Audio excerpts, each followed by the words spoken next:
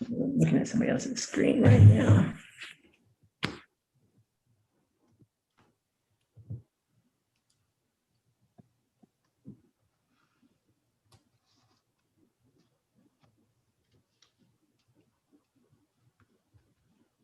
Right, looks like we're all good. Welcome, everyone. Today is June 7th, 2021. We're here for the Orange Township Regular Board of Trustees meeting. Call this meeting to order. Ms. Kraft, if you could please call roll.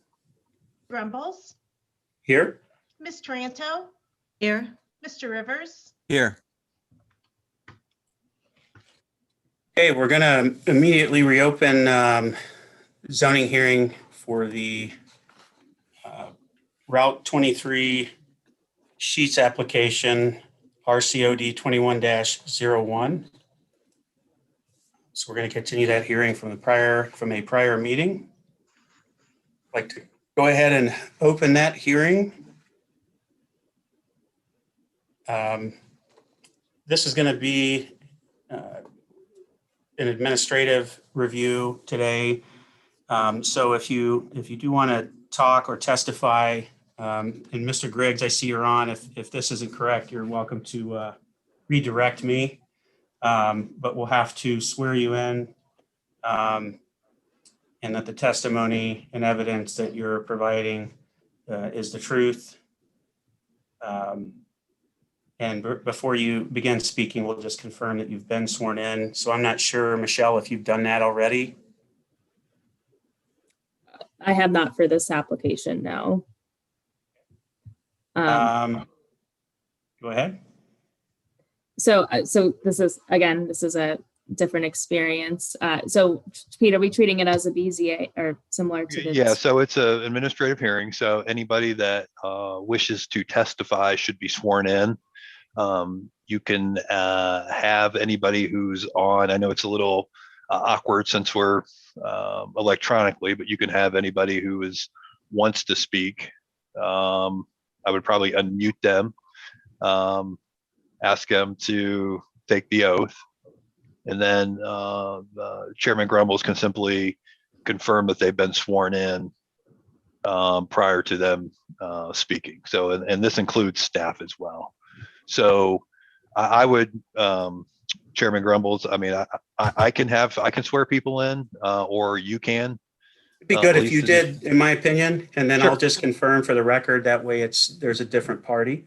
Sure, and since staff, it needs to be sworn in as well. So that's Correct. And then I would add that I know we closed public comment in the prior hearing. I saw your note that we have the option to reopen public comment that's with correct. a motion, with a motion of the board. That's in the discretion of the board, correct? Okay, so before we get started with swearing in, I would like to ask the board if that's something they'd like to entertain or if they would like to move forward with public comment closed.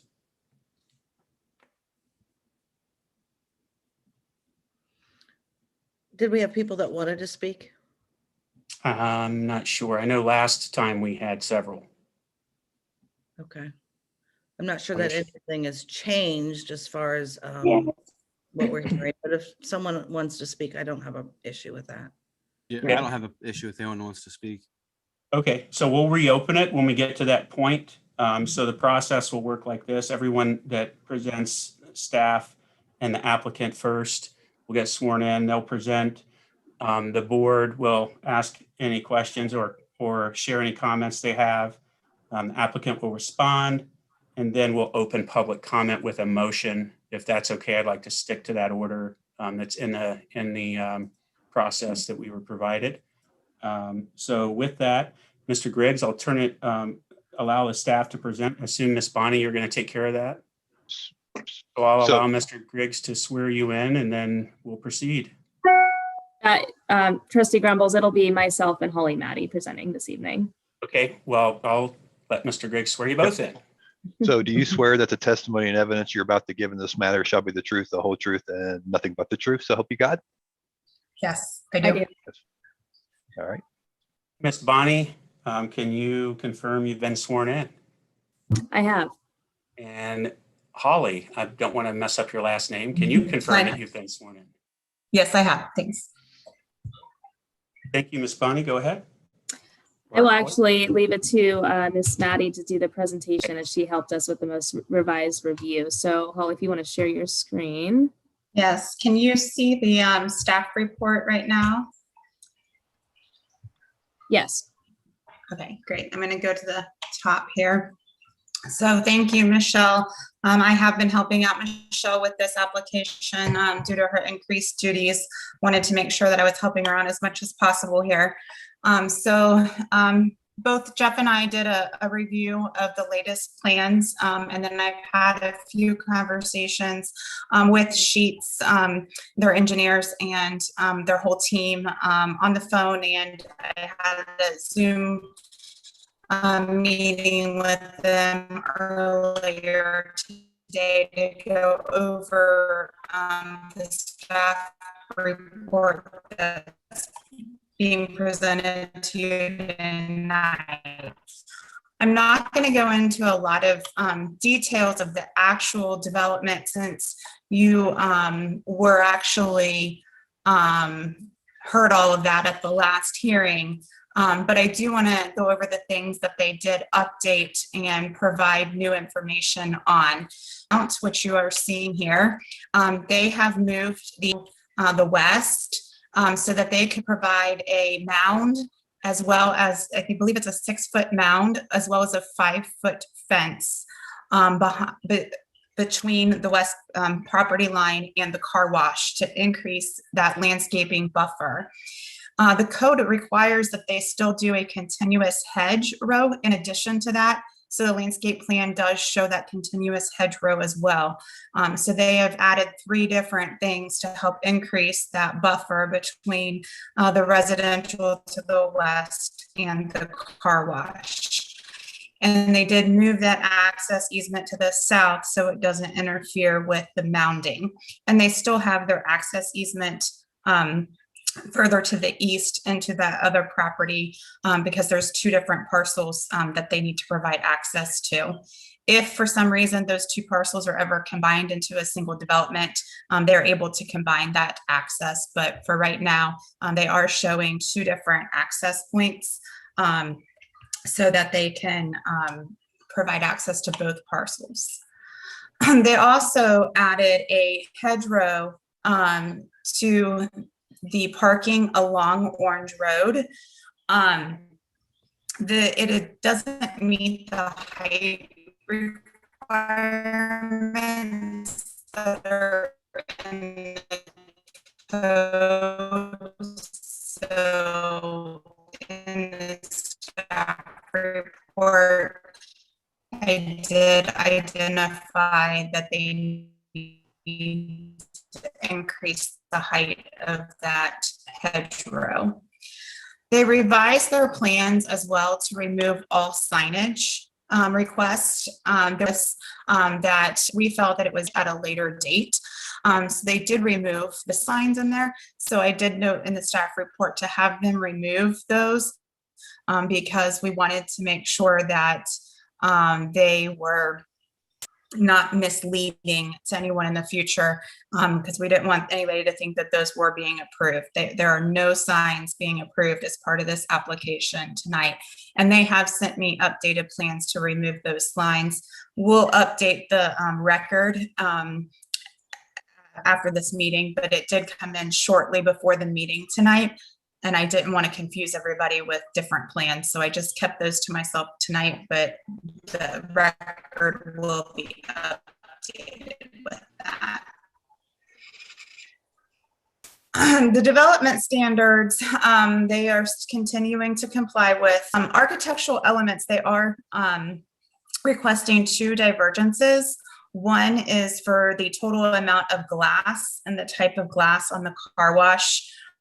They do reference the incorrect section of the code on that. So I just noted that that needs to be corrected. And that one is something that I think there's mixed feelings on. There are some that are concerned with the glass because the code says that glass is prohibited. But when this went through the zoning commission, they did want to see it reduced, which is what they've done in this current submittal. But they didn't seem to mind to have some glass, and they are making an argument for safety reasons that they need the glass in case there's malfunction, et cetera, because there's not an attendant on site. So that's just something to consider when you're looking at the divergences. The flat roof, they're asking to a divergence from the roof requirements. The code requires a pitched roof. We interpret that as 100% of the pitched roof. We did talk to the applicant throughout the process of perhaps being able to deviate from that 100% if they provided significant amount of pitched roof, but we placed that burden back on the applicant to provide arguments for that. We're still having a little bit of concern with that pitched roof, especially on the Route 23 elevation. I'm actually going to stop sharing my screen and reshare so I can kind of point out where I'm going to talk about this. So this Route 23 elevation, you're seeing a lot of flat roof. There's kind of a mansard type roof here to hide the utilities, but not like what you're seeing with these red pitched roofs of their entrances on the other elevations of the building. So what I suggested to the applicant when I met with them today was to possibly make this more like a faux entrance and have that red pitched roof like you have over your real entrances over this area that sticks out, that butts out from the elevation to help break it up, to help break up the roof line. And I thought that if they did something along those lines, that would significantly increase the appearance of the Route 23 corridor. So they are going back to talk to the sheets company. They'll have an update of whether or not they were able to get in touch with anybody when we get to their part of the presentation. All right, I'm gonna go back to my staff report now. And we already talked about landscaping and buffering, so I'm really not going to go into that anymore. That has been addressed. Signage, again, has been addressed.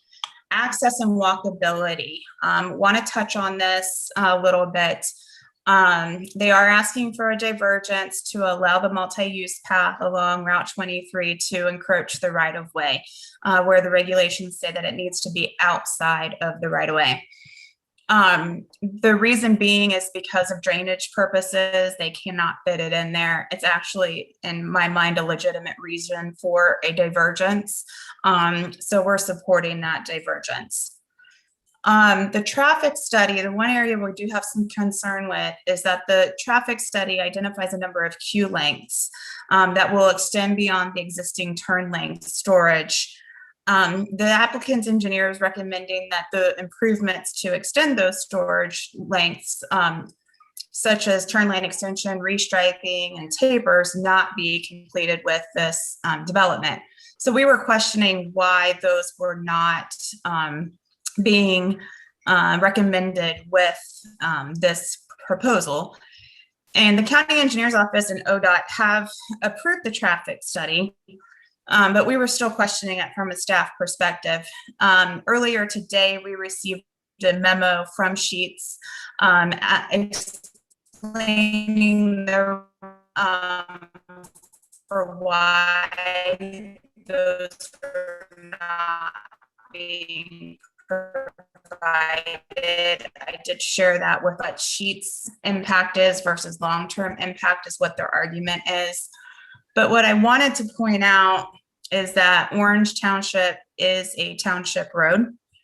And in the development text, when there is a township road, it gives the trustees the ability to hire a third-party engineer to review the study and the recommendations to see if they agree with the proposed improvements that are being recommended in the traffic study. So even though the Delaware County Engineer's Office and ODOT have approved it, the language in the code still allows the township to hire this third. So I wanted to point that out to the trustees as they move forward with this, as I believe traffic has been a concern that's been raised by many of the residents through this process. A lot of this next few pages has to do with zoning commission review, which I am sure you went over that at the last public hearing. And so I'm just going to go straight to the recommendation. We are recommending that some of the comments still need to be addressed before moving forward with this. The pitched roof, the row height for the hedge along Orange Road, I'll let them say it on the record, but they told me today that they are able to comply with that. And then also trying to figure out the traffic impact and the study and making sure the recommendations with that are indeed legitimate for the Sheets development and the surrounding area as the area continues to grow. So with that, I'm going to turn it back over to Trustee Grumbles, and I'm happy to answer any questions. Okay. Are there any questions from the board? I do not. I don't have any. Okay. Then we'll allow the applicant to present, and then we'll revisit board questions and comments at that time. Ms. Griggs?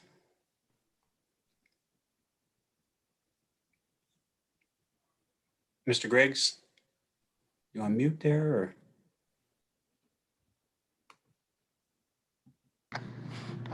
I think he's on. Pete, are you there? Oh,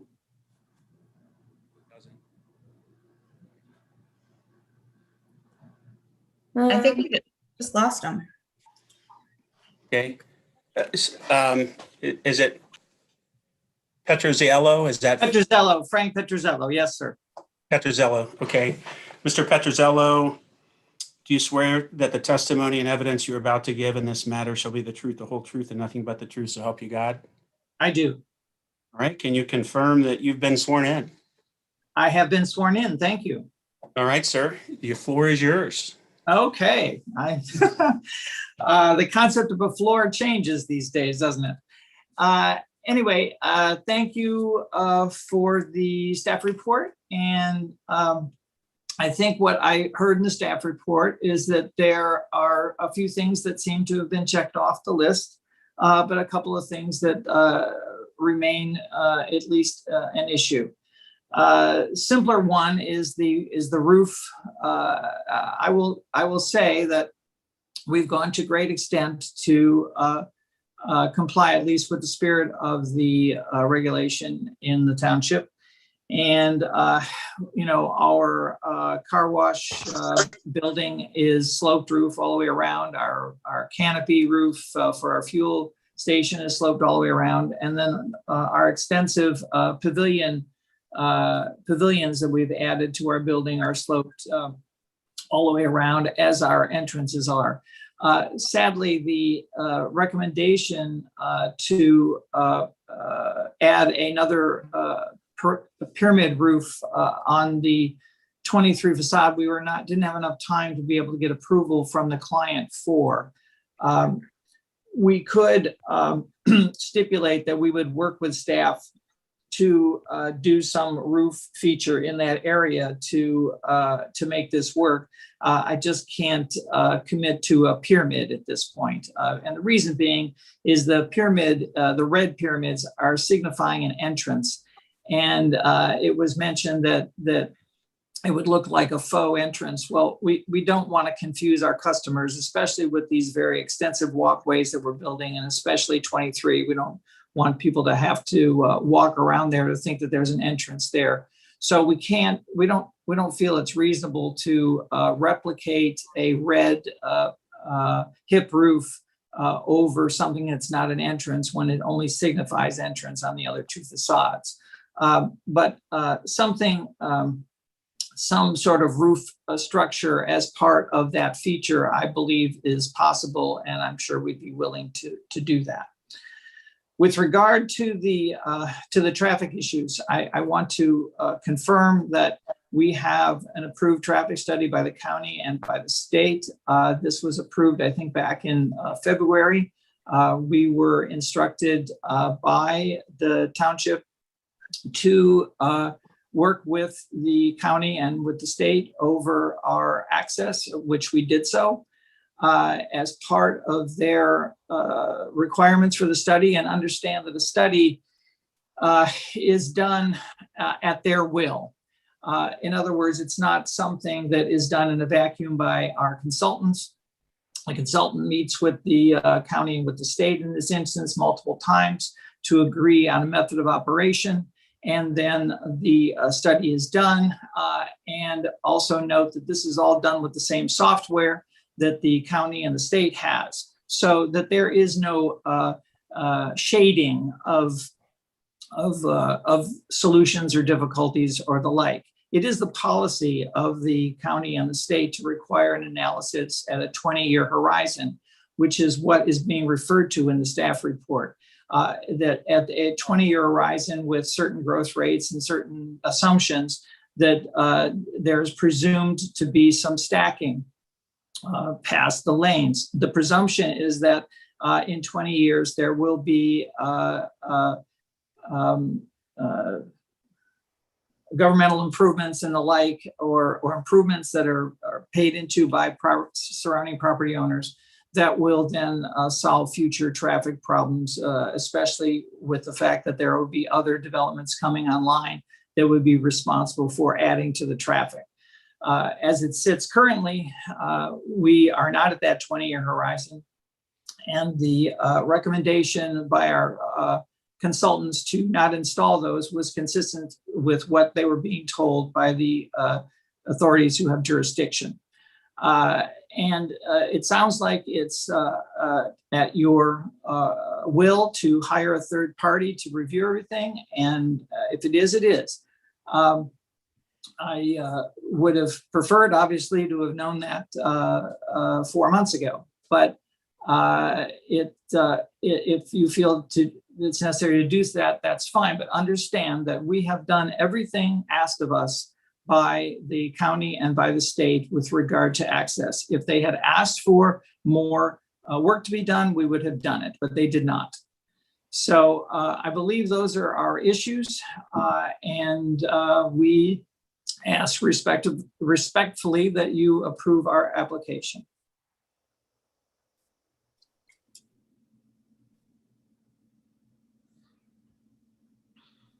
Thank you, sir. Again, we'll ask if there are any board comments and questions. I do not. Mr. Rivers? I do not have any questions. Okay.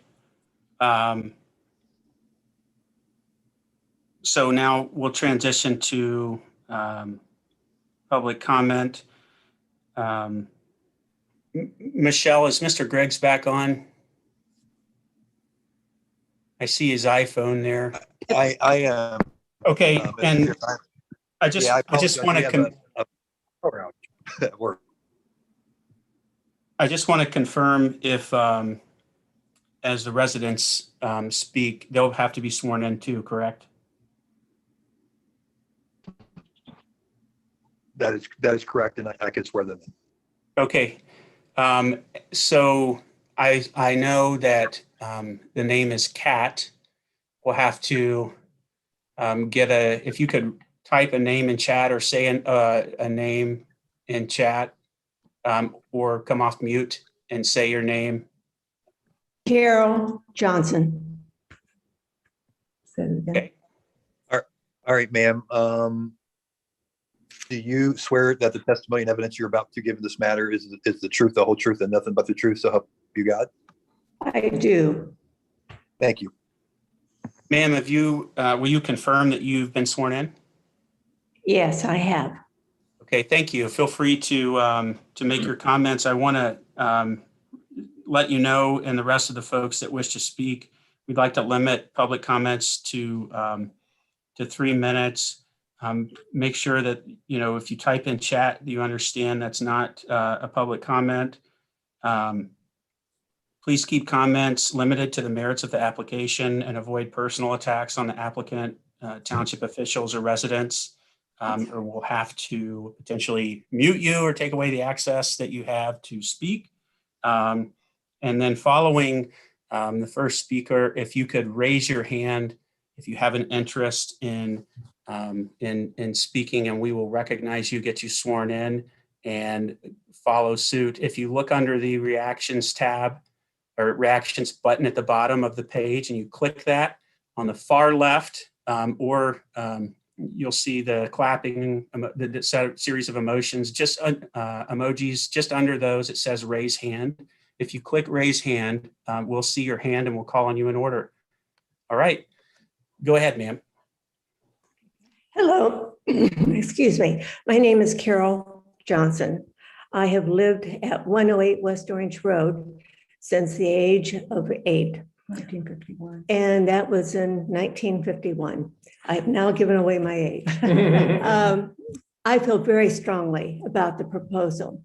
I have lived on this property, as I stated, the oldest of 5 children. We're all deeply involved with this property. We have seen even the deaths of our parents during the period of time. And it is quite disturbing to us that we would have across the road from us lights on 24 hours a day, cars coming and going 24 hours a day, changing the whole neighborhood, not only for us, but for others who live on this road. It is completely, in our opinion, inappropriate. We have invested a great deal of money. I happen to pay over $11,000 a year in property taxes. No small fee when you are now 79 years of age. And that is something that is important to me, but not only to me, to the other residents of this community. Another gas station is needed like another hole in the head, frankly. There are gas stations all up and down Route 23. To put a service station on a residential road that already is finding traffic very difficult to live with is most inappropriate in our opinions, and feel that that's certainly unnecessary. I'd like to hear what the argument is for in terms of putting a gas station 24-hour operation in a residential community. Plus, you'll be looking right at the driveway entrance. Yes, and the other thing is my property will require that I look directly into their entrance to the gas station. And all we need in this world is another gas station. Okay, so but it's a property value that's going to be. And the property value will be significantly, and when you pay $11,000 a year and you have nothing then that is going to be able to be recouped by selling the property upon my death or whatever, that is also something that's just completely disturbing. And 7 acres of lights. So 7 acres of light. I sleep pretty well. 7 acres of light, I don't think so. I think that's going to be more than just a hardship. So for all these reasons, I ask that you reconsider your proposal. Find a land that is not on a residential road. And I feel strongly, as do the other residents on Orange Road. 2 of which are here. 2 of them are present and they would also like to speak.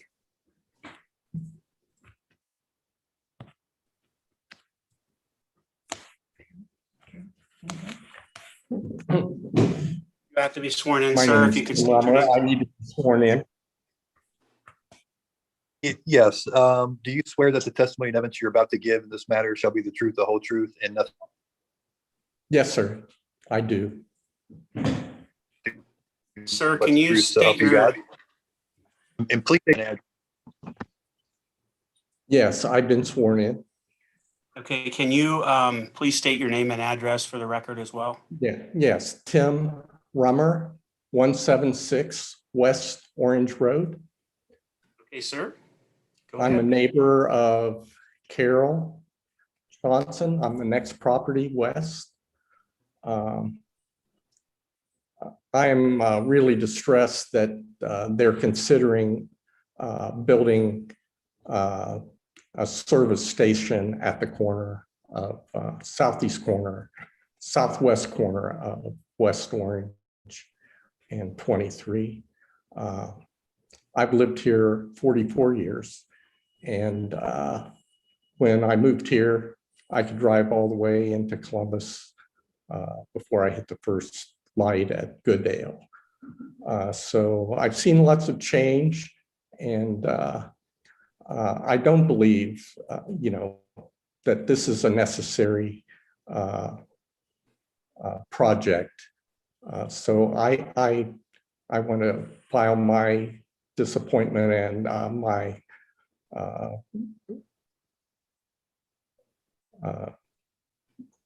encouragement that trustees would not allow this to go forward. It's going to be light 24 hours a day, and there will be water that will be dumped on the property of a person that lives to the west. And, I just see that the road is going to need to be expanded soon if this goes through. Yes, and I was just up at Lewis Center within the last month, and there was an accident. One car went off the right, and it closed down north and south traffic. I don't know how long, probably a half hour. So, thank you. Hi, I need to be sworn in too. Can you state your name and address? Carolyn Ross, 115 West Orange Road. I'm bordering the property you're talking about. Okay, Mr. Griggs. the testimony and evidence you're about to give in this matter, the whole truth and nothing but the truth, so help you God. Yes, Hello? Thank you. yes, Okay, ma'am, can you confirm that you've been sworn in? I can confirm. Okay, go ahead. I live, like I said, I'm the property right next to the property you're discussing. I've lived there for 44 years. I really don't want to see it either. I have turned around and notified everybody on the street that live in Orange Township. I did not get one person that is for this. They're all very upset. In fact, the two that have built brand new big houses, they're not pleased. Deep Run is not pleased with it, I understand. The water runoff down by the creek is my property. It's low from where my house is. It floods all the time. Where's the water from that property going to go when that property is higher than the creek is? What else was I? The traffic. I go to work at 7 o'clock and 6 o'clock in the morning. Sometimes it takes me 5 minutes to get out of the driveway. The traffic on Orange and 23, I believe probably if you checked into it, there's probably more accidents at that intersection anymore than Powell and 23. I hate the thought of living next to that, like I said, I've been here 44 years. I've been just like the rest of them here. You know, we've lived all our life, biggest part of our life here. I would really, you know, what is going to be put up in between my property and their property if it goes through, so I don't have to look out of every window in my house and see daylight 24 hours a day? Would you really want to be living next to something like that? I know these other two residents do not.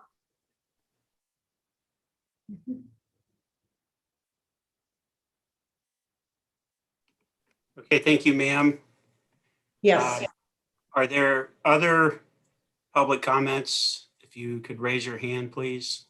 I would imagine you probably would have had more people commenting. We didn't get any notification, so I could have Xeroxed the paperwork and sent it to everybody down the street. So they're not aware of this going on, which is not fair for them because a lot of them wanted to comment too. Yes, ma'am. I think last meeting, we had a full public hearing and we heard from several residents, and that's why we closed public comment, because we did advertise that and send it out, and we had no intent of really holding more public comment, and we got the board consensus there at the beginning of the hearing to do that, because we really had already talked through the bulk of this and solicited resident feedback. And I know our zoning department collected emails and such and provided those to the board as well. So we do have a record of those comments. Okay. I am not seeing any, so I'm going to close public. Sorry, Mr. Hodge, did you have a comment? I do. And my name's David Hodge. I'm with the law firm Underhill and Hodge, and I'm here this evening on behalf of the applicant. So I'm not a neighbor. I'm with the applicant team, and so Okay. I can reserve my comments until you kick it back over for some rebuttal of some of the things that the neighbors discussed. Okay, well, we're going to close public comments then, and then I'll have Mr. Griggs swear you in, and we'll follow the same path. If you could state your name and address again. Sure. David Hodge with the law firm Underhill and Hodge, 8000 Walton Parkway, Suite 260, New Albany, 43054. Okay. Yeah, and Mr. Chairman, I don't need to swear in David. He's as an attorney, he's obligated to. Okay, I don't know if anybody else is getting a little bit of a, okay. Hey, Pete, Well, I you're- heard him, I heard you say that we don't need to. Professional code of conduct to tell the truth, so. Okay, all right. Thank you. Mr. Hodge, feel free to comment. Thank you, members of the board. Appreciate the opportunity to be here, and I'm going to be very, very brief. Listened to the objections from some of the neighbors and was briefed on the discussion at the previous meeting. What I heard and what I understand is that the objections stated are to the use of the property. And, you know, I want it to be clear that really this evening and the decision that the board is making is not about land use.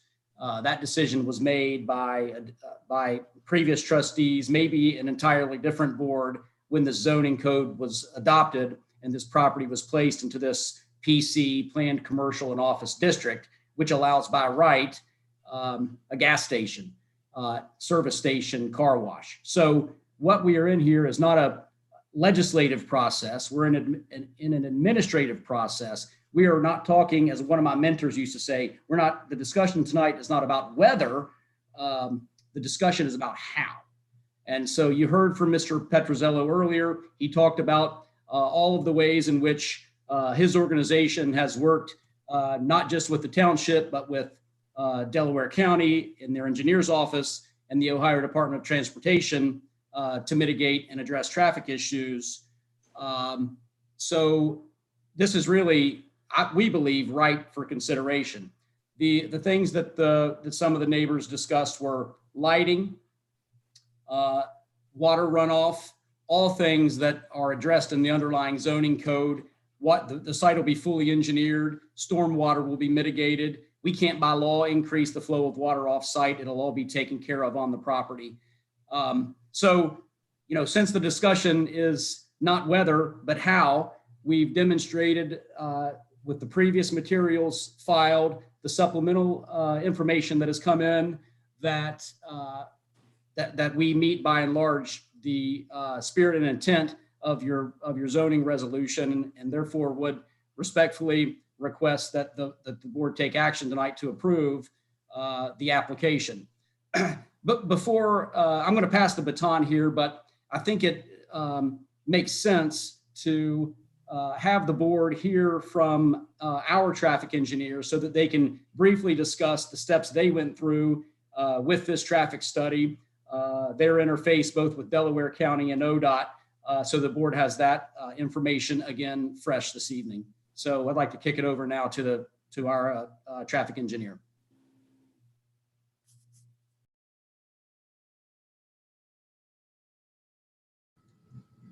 Okay, and who is the traffic?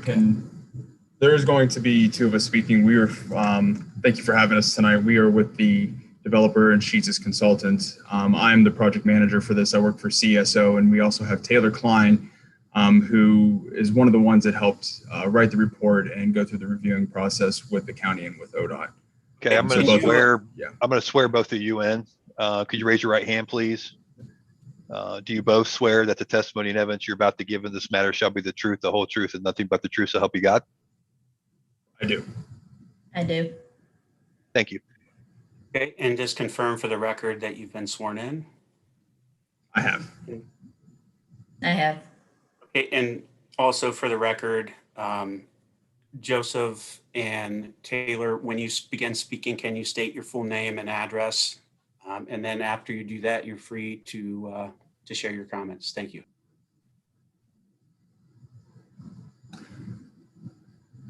So yeah, I can go ahead and start. Full name is Joseph George. I work for CESO. Address is 2800 Corporate Exchange Drive, Suite 400 in Columbus, Ohio.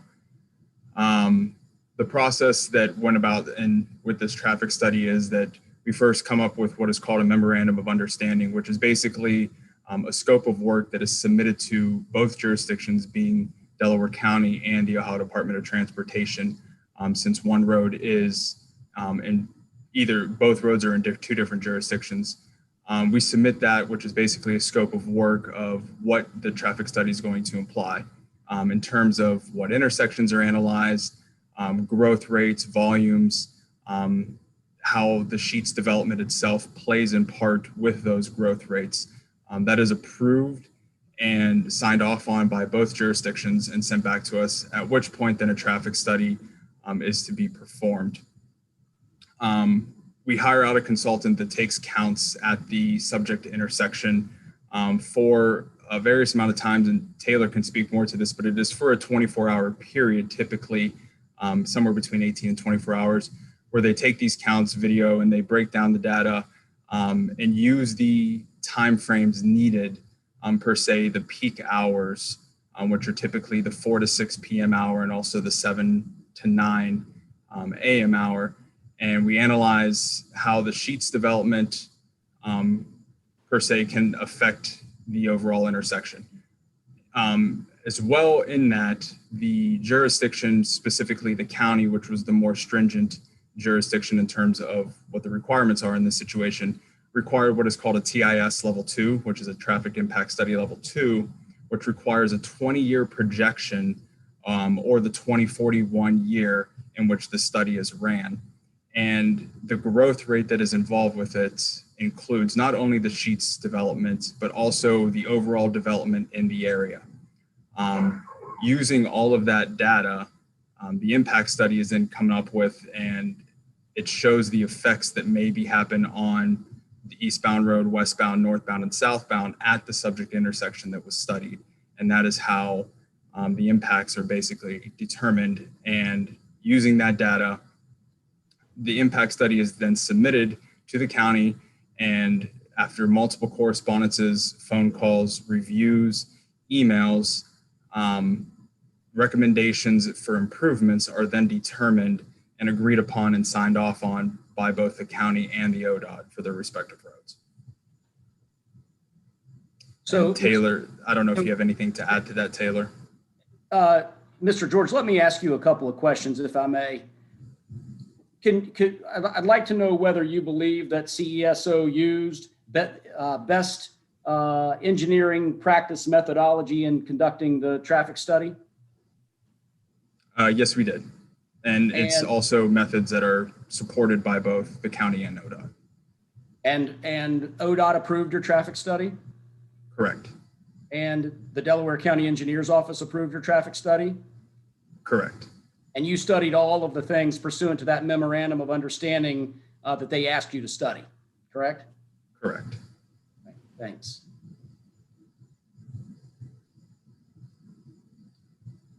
And I'm willing to field any questions or if there's any other comments.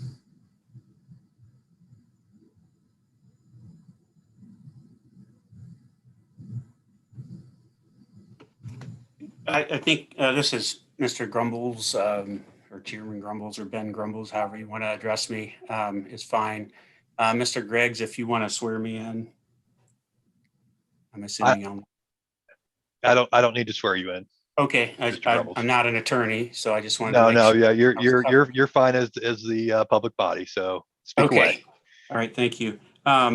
The question I would have pertains to this study, and you talked about it, typically a 1-day duration, and that it targets peak hours. And I probably didn't pick up on it, and I know this came up previously, but there was like a COVID factor or something that was applied. And I also was curious if the Orange Road construction was taking place during the time of your study.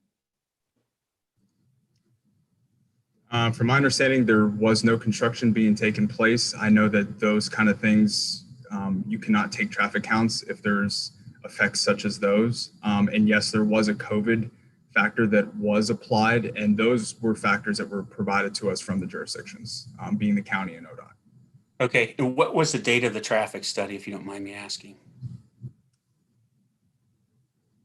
I know it's. I apologize if you bear with me. It's okay. I know it's in the documentation. I remember taking a look at some of it. I just want to make sure. The approval date was March. I'm sorry. Yeah. Go ahead. Okay. I said Go the ahead. approval date was March 22nd, but our last submission date was February 25th. Okay. I know that they closed a portion of Orange Road earlier this year, and I'm trying to recall the date. Does anyone on the call from the township remember the date that they closed the nearest 23 portion?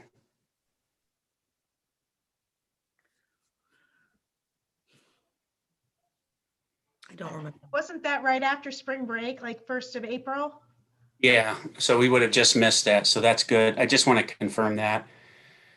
And really sorry, let me look real quick. I was curious what day of the week that fell on. You said it was March 23rd? That is the day we were approved. Taylor, do you know the date that we took the counts? Yeah, the counts were collected on Tuesday, November 10th of 2020. Oh, okay. So sometime before. Okay, so a Tuesday. Okay.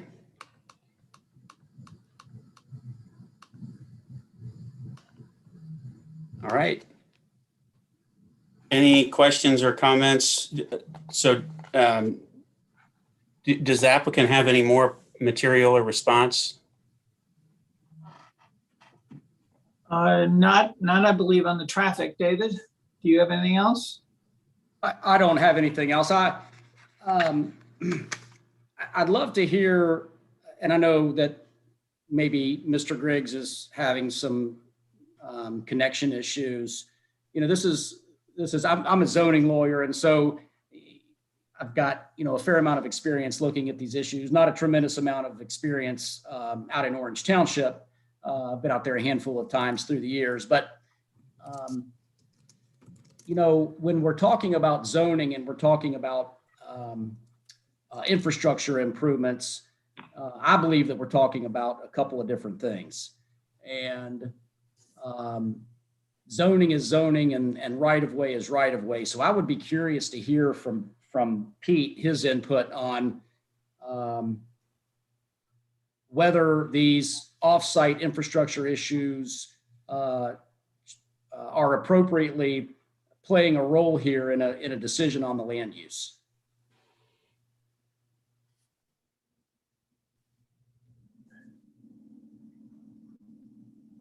This is Pete. David, I mean, I think the code and the text gives them the ability to look at the issue.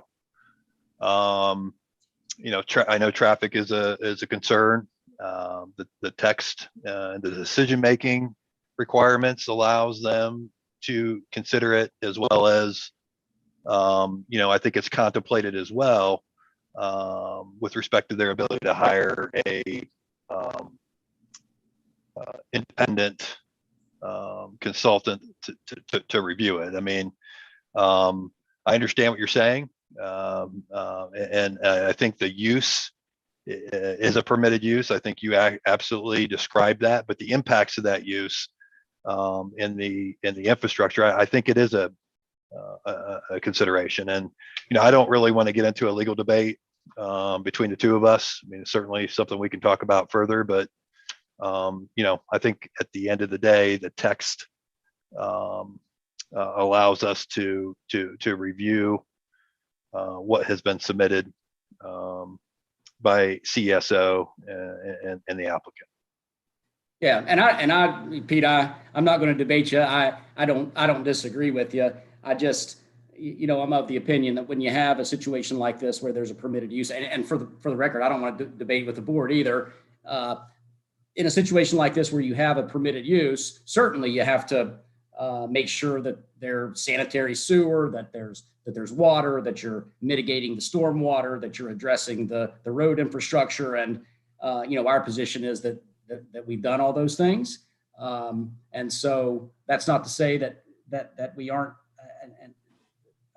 unwilling to continue to work with the township to the extent practical to address ongoing concerns.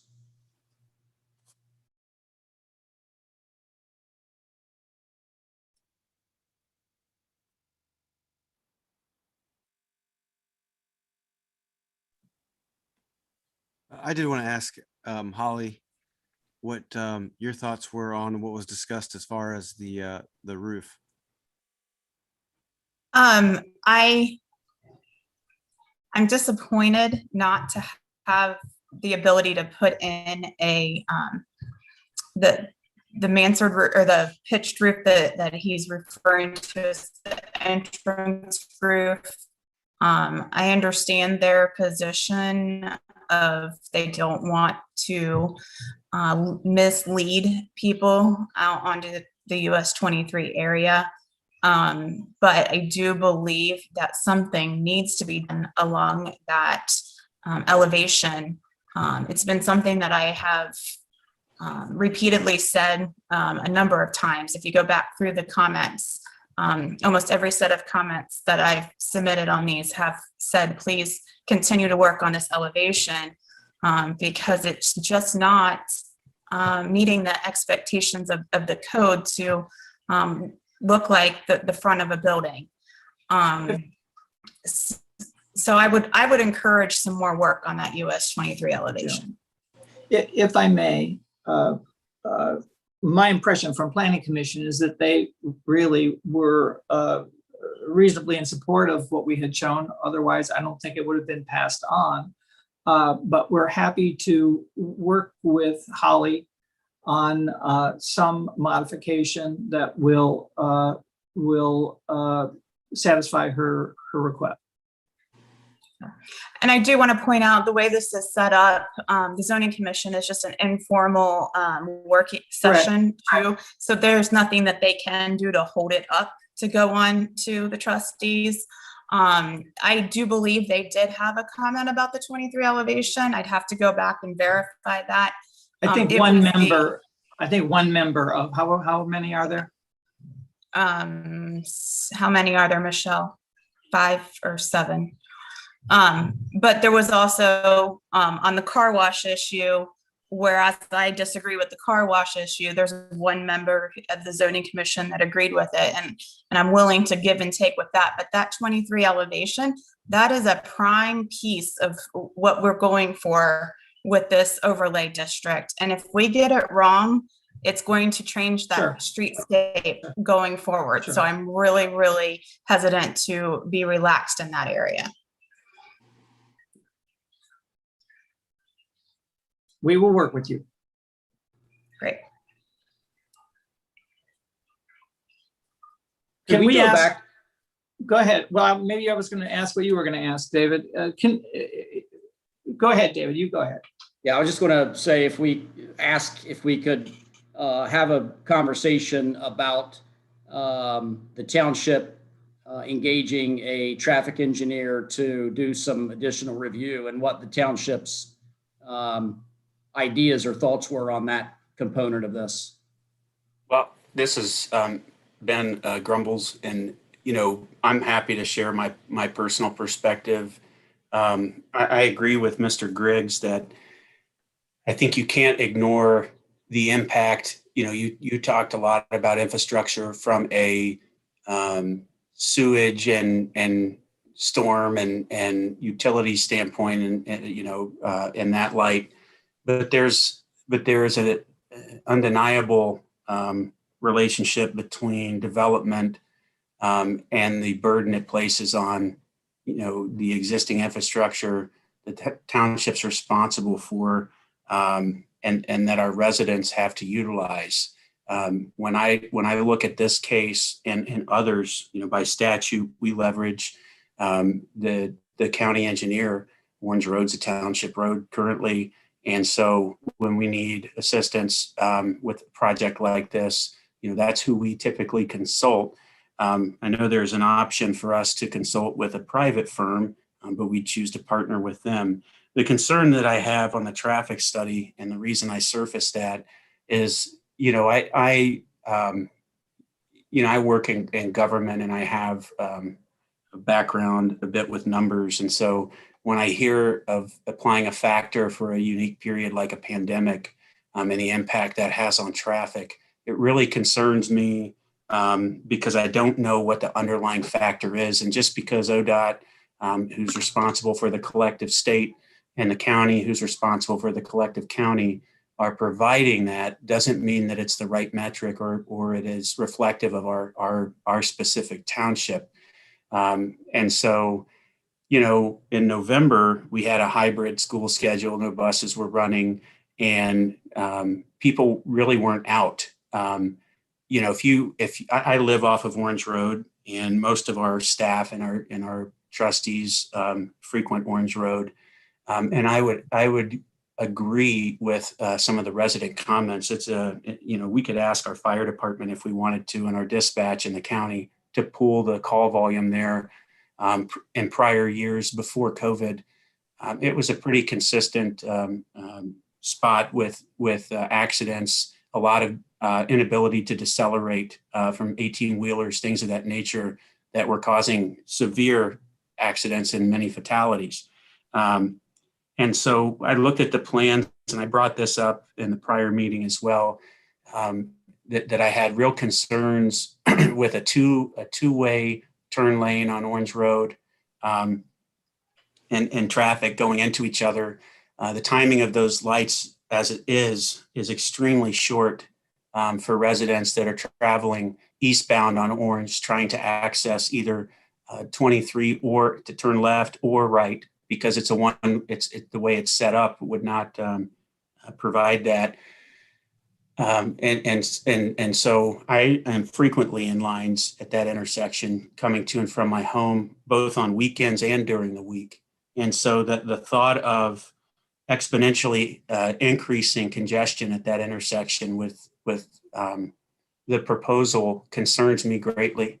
I think that when I look up and down 23, and I drove 23 multiple times to verify this in our township, when you look at the section of curb cut and the proximity to the intersection, I don't know that I was able to find anything remotely close to that along that stretch of 23. And in fact, I confirmed with our zoning department that curb cuts along 23 are something that we were told not to even ask for or expect. And so I was surprised, number one, that was approved, especially in the proximity to that already troublesome intersection. And I go back and say that the county and I'm guessing ODOT potentially, they approved a similar setup for another filling station, convenience store in our township located at Polaris Parkway or 750 and South Old State. And I can tell you that ingress and egress was situated almost identical to this. And it was a substantial problem. We had so many accidents and traffic incidents there. And it took, a decade of knowledge on my behalf of that being a problem intersection. But years before I got here or even traveled in the area, it still existed. And then the county, who owns and operates a South Old State Road, decided it was time to make a change.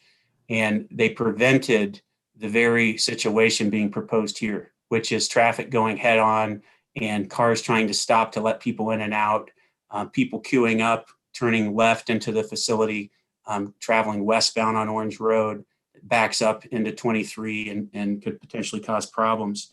So I'm very interested in a traffic study during peak periods now that COVID has,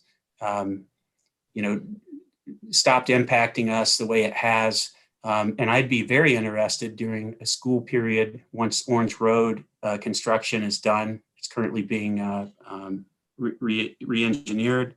And I'd love to look at what the numbers say and how that relates to the study previously done with the COVID factor or otherwise. And the standpoint of that, the last thing I want to do is create a problem where the township is moving into a reactionary model and trying to dig out from under a problem that's resulting in harm to residents and accidents and that shifts the burden to our resident base and to our township. So those are just some thoughts coming from my perspective that you asked us to share. And so I wanted to make sure I was candid with you and sharing those. Thank you.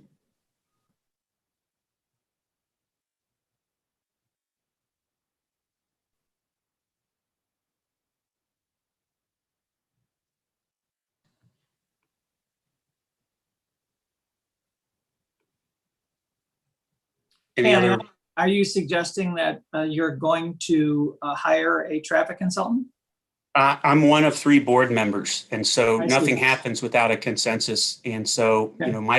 my personal request would be yes, that we would need to get a more accurate, non-impacted study during our peak periods, which during school and during summer and things of that during peak hours. I mean, you could stand out there and see what I'm talking about even now that COVID's started.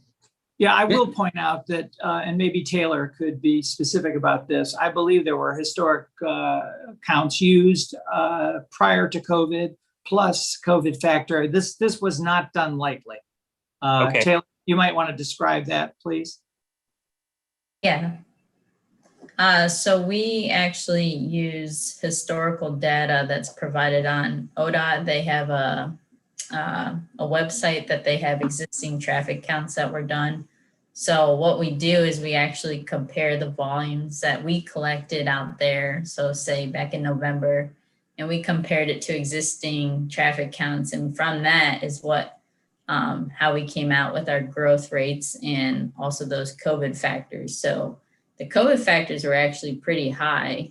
So it was suggesting that, the volumes were a lot lower during, COVID. But with those factors applied, it's essentially bringing it back to normal. So I think, the volumes that we came up with are pretty, I would say, pretty accurate to probably what you're going to find right now. Okay, I appreciate the clarity there. The only other thing I would ask is, what was how you calculate a projection of what a facility like this is going to do? What kind of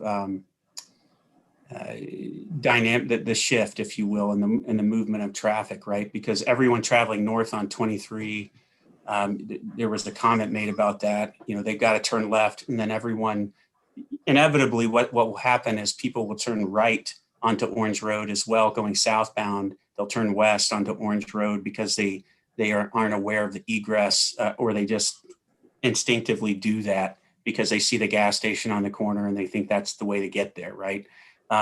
So how do you account for your projected impact here? Not to mention that we'll have, obviously, I imagine, semis and things of that nature trying to navigate in this tight space. Yeah, so as far as our projections, we kind of try to do our best at estimating how we think traffic's going to be getting to the facility. So knowing that out there, volumes aren't already great on Orange Road. I think we went high with trying to estimate that most of the vehicles, so I saw the comment, vehicles coming from the north, we would try to have them more so turning into the driveway that was located along US 23, because they're going to have that right turn lane put in to actually help, be able to make the entrance there. And then again, not as much coming to the driveway that's along Orange Road. So again, just trying to do our best at making our estimate of, how we assume traffic's going to be trying to enter the facility. So they'd be turning right into the ingress going southbound, right? Correct. And I was referring to the flow going northbound, turning left, because they wouldn't be able to access that ingress or egress from 23, right? Yes, that's correct. So they would have to go up to the light that's located at US 23 and Orange Road. And then we have made the recommendation to kind of have that two-way left turn lane, just so that there is kind of a little bit of room for vehicles to be able to turn into the facility. So they're essentially not blocking, the traffic traveling westbound and causing accidents. But again, I don't think we had a high projection or a high volume.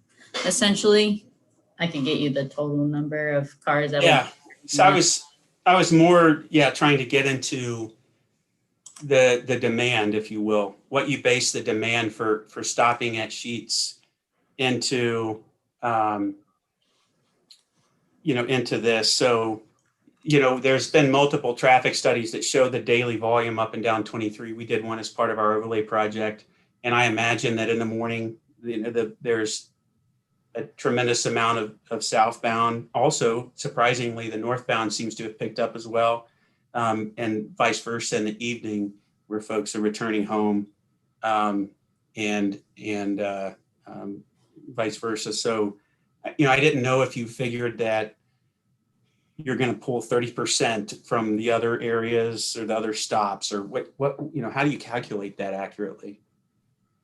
Yeah, so it looks like, according to like traffic patterns, so the peak is usually, it looks like south, or during the AM peak hour, majority is heading southbound, and then it kind of flips. So right for the PM peak hour.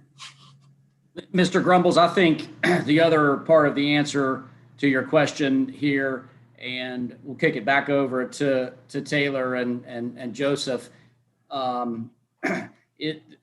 Traffic engineers follow what I believe is called an ITE manual, and it tells them exactly what they are supposed to assign for number of trips at AM, PM, and throughout the day for various land uses. So they would have used that ITE manual here for the land uses proposed to determine the amount of traffic to and from the site throughout the course of any given day. Is that accurate, guys? Yes, and I might point out that Sheetz business is predominantly pass-by traffic. I believe, 80%, Taylor, something like that. Sheetz is not a destination business. You don't go from Orange Township to Bexley to go to Sheetz. You go to Sheetz on your way to work or on your way home, on your way on another trip. So it's not a generator of additional traffic. It is a generator of turn movements, but not of additional traffic. And that's Right. That's around 80%. Okay, thank you for that. So that 20% is unexpected, or people that are driving a little further to go there instead of the Space Speedway down in Powell. Yeah, Road. that could very well be. And Okay. I think 20 is the right number, Taylor. Is that correct? Yes, that's correct. So what he's Okay. saying is 20 new trips essentially are coming to the roadway network, but 80% 20%. Yeah. existing people that are on it. So we'll increase expected traffic 20%. The larger concern for me No, was, no. It doesn't increase traffic 20%. It's 20% of the traffic that goes to and from Sheetz is not pass-by traffic, is what it means. right. So if they weren't passing by, then that means that they would not have, then they would be new. They would be new. That's correct. Okay, that's what I'm saying. So it's new Yeah. traffic to the area, and then the 80%, what I was asking before, and I think I gathered that from Mr. Hodge. Thank you for the response there. It was more to hone in on the impact of the as you said, the diverted traffic that's now turning and changing their path from a previous, north-south. Now there's turns and, slower movement or congestion or a shift or whatever you want to call it. Right. That's correct. Specifically, the number of 18-wheelers, tractor trailers, semis, whatever, that go up and down 23. I've looked at the numbers through multiple studies, and it is a tremendous amount. And so when you look at the queue space, I hope you got that, by the way. It looks like you missed. Yeah. It's like you missed. We'll have to get you a slaughter. We don't have the internal circulation or the parking or anything to service 18-wheelers other than those that deliver our fuel. Okay. So we are not a draw to 18-wheelers. They have nowhere to park. Inevitably, there'll be a couple that try. People can't- try, you but can't stop they that. will learn. They will learn quickly that they will be trapped. Okay. So let me jump in here just for a second. And Mr. Grumbles, this is a great discussion, and it all seems and feels very earnest to me. And we in Sheetz and Skilk and Gold don't intend to shy away from engaging in a direct discussion on this issue. It seems to me that we have some work to do with Miss Maddie and Miss Bonnie on some aesthetics, and that there's also some additional sleeve rolling up that at least you among your colleagues would like to see. And so, if everybody thinks we should pause here and come back at a future meeting after the ability to work with Miss Maddie, and you guys engage a traffic engineer to verify that our traffic engineer and Delaware County and ODOT all did their job, then let's do that.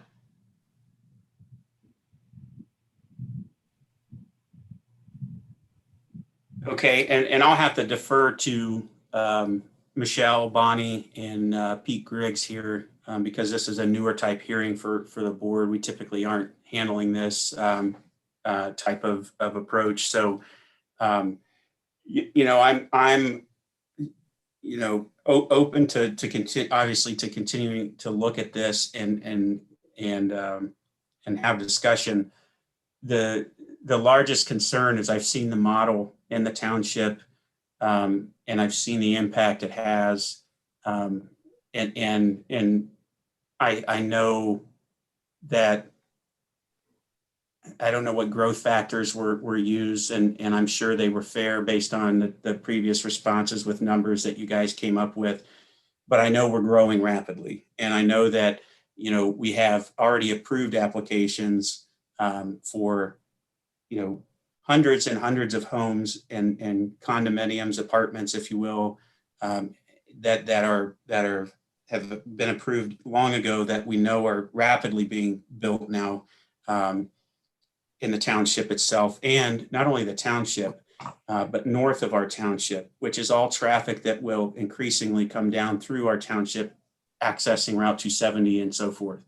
So yeah, I do want to mention that. And with that, I'm done with comments. Appreciate everyone's responses, and we'll transition over to the other two board members to get a pulse on how they want to proceed so we can make a decision here. Yeah, I mean, from what I'm hearing, I don't think the traffic study is going to change much as far as what's been done and what's been approved by our engineer and by ODOT. The roof and the height sounds like it's not quite there. However, there is potential compromise is what I'm kind of gathering. So I think we definitely want to have that in line. And I'm fine with continuing, and would love to see us have that nailed down as far as the back and forth on the roof. And I agree with the traffic study. When Taylor chimed in on the timing and the factors, I think they're pretty standard, and I don't expect there to be, based on the fact that they were considered the previous peak numbers, that data that they had. I don't expect a different outcome there. Even if it is our own engineer or a private engineer, I don't know that it will make a tremendous difference. I would support it if there was a desire to from the board collectively. I'd be fine with it, but I don't know that I would expect a different outcome. I think more the design and the what we've seen happen in a lesser traveled section of our township fail is the bigger concern for me, and the existing infrastructure in place there. It's much tighter than what exists in the like setup that I referred to. Trustee Taranto, what are your thoughts? I'm okay with extending this, moving this back a little. Okay, Mr. Griggs, any comments or thoughts there? So it sounds, yeah. So it sounds like the board is not, at least presently, going to be moving forward with an independent traffic consultant. So Michelle, well, I don't know what. Trustee Taranto, are you interested in a traffic consultant or not? I'll support either way. I mean, I don't know that it'll change, but maybe it will. I don't know. The problem for me is going to be that I think that Orange Road's going to be down for some time. And so, we talked about that. One of the engineers, I think, mentioned that that's not appropriate or what have you. So I don't know that it would even be feasible in the timeline we're looking at. I would be open to asking that question to find out if it would be feasible with Orange Road being closed down. So I'd like to leave that door open. Okay. So I don't think we actually would need to make a decision tonight on the whether or not you're going to do the traffic independent traffic consultant. I was simply trying to, when we continue it, I was trying to allow enough time for us to factor that in. So I guess we can always continue the hearing to allow the applicant the ability to tidy up a couple of those loose ends that Holly mentioned earlier, particularly roof pitch. In the meantime, we can, have further conversations as to whether or not we, it's even feasible to get that done in a reasonable time frame. Okay, that sounds great to me. Any objection to that from the I- other board members? Are you tabling to a date certain? I'm gonna work on that next to find out a Yeah. certain date that works. Miss Bonnie, do you have a suggestion that you've talked, or do you want the applicant want to propose a date range, or? And so this is with the understanding that we're not seeking a consultant to do a traffic study. No, what Mr. Griggs was saying is that we will, in the interim, it will provide you and Miss Maddie the opportunity to work with the applicant on the issues that she surfaced aesthetically, predominantly aesthetics, and then we can check on a traffic study and the feasibility of that as a township. And by the time we reconnect, we'll know and can probably provide in writing or an email to the applicant, just so that they're not surprised as soon as we have confirmation on whether it's feasible or not. So when we come back and the time it takes to do those things, that you'll have to provide and the applicant will have to provide how long you think it'll take to come to those terms, we'll have clarity. We can work on the aesthetic issues very, very quickly. So there's no reason to hold up for that, in my opinion, but. So if it's only aesthetics, I mean, we are, the next regular trustee meeting is pretty full already. And we have one meeting in July. So, and that's going to be a busy schedule as well. So, Michelle, I would, because I'm going to be gone for 2 weeks. So I just think in order for us to find the answers out and provide a little bit of time for the board to think about this, I mean, I would recommend the July date. What do you think about the August 2nd? That's my birthday. Hey, happy birthday. Getting them a fly swatter. What is the July date, Michelle? it's July 19th. Is that? Well, Yes. I think either one would work. I mean, Yeah. July or August.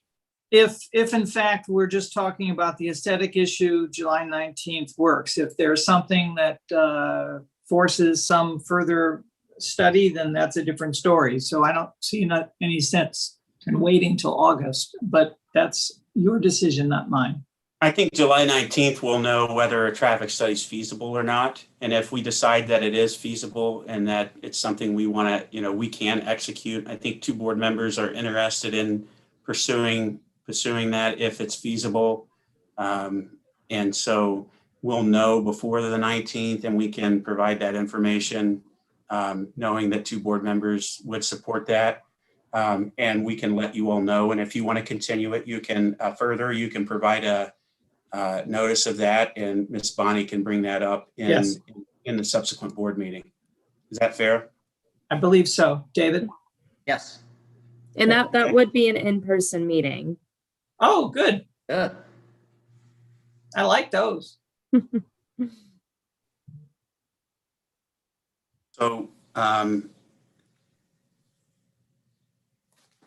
will, Mr. Griggs, do I need to enter the exhibits into record, I assume?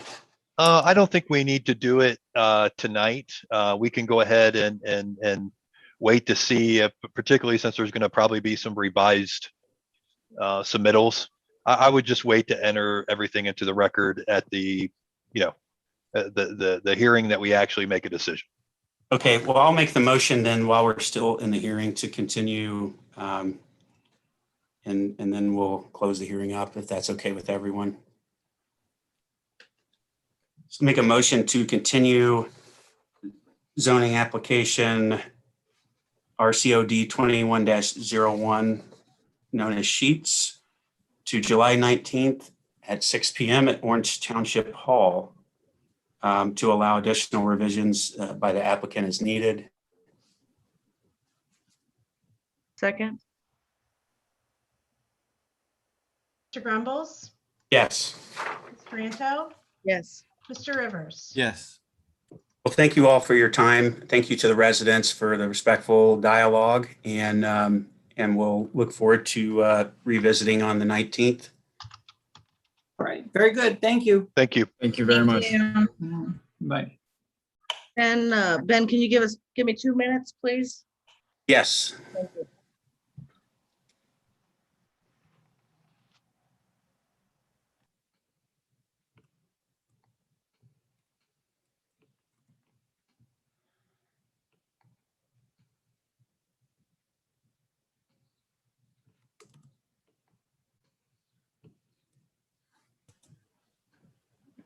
Hey, Val, I can just share my screen if that's all right. Yes, thank you. Okay.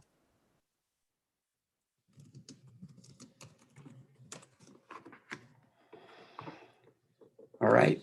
And once Trustee Taranto's back, we'll continue.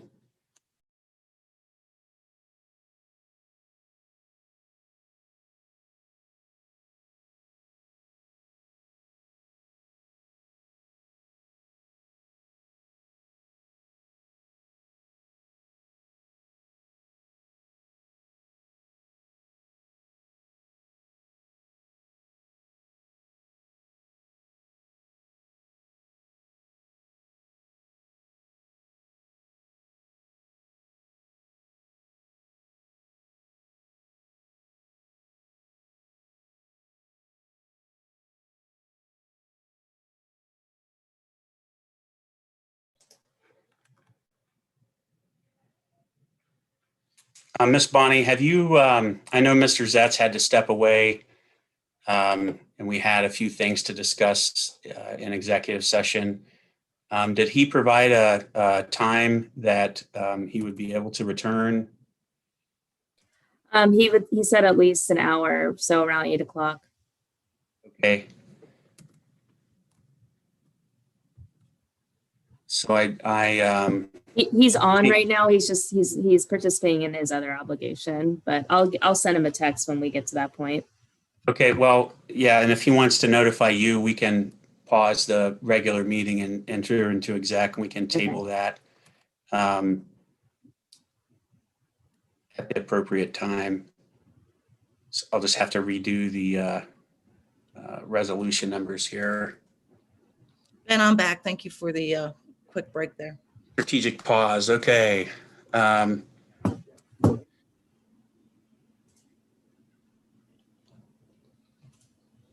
So we are on 183. And closing the zoning hearing, returning to our regular meeting now. Are there any questions with the consent agenda? I know there were some changes that Ms. Kraft sent over, basically adding in the purchase order resolution number. Are there any questions with that? I have none. Mr. Rivers? I have none. Okay. Make a motion to approve resolutions 21-183 and 21-184, the consent agenda. Second. Mr. Grumbles, Yes. Ms. Tranto, Yes. Mr. Rivers. Yes.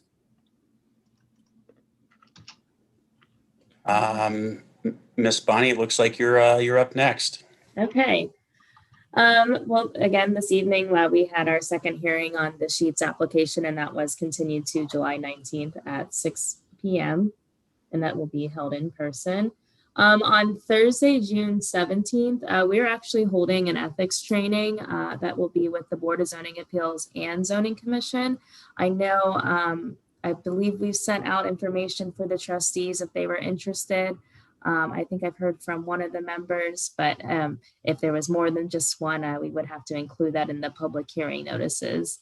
So hopefully, if you all have interest in that, we'd love for you to attend. It will be virtual, but I think it would be a good way to meet all the members and hear from Pete Griggs will be holding that ethics training. Following that, on Monday, June 21st, we will actually have two hearings. The first is the McReady Single Family Plan Residential District off of South Old State. That'll be the first hearing for that application. And then the following one is the second hearing for the South Old State and Independent Living. I am working with the applicant on revised materials currently for that. Oops. And that's all I have for the zoning report. All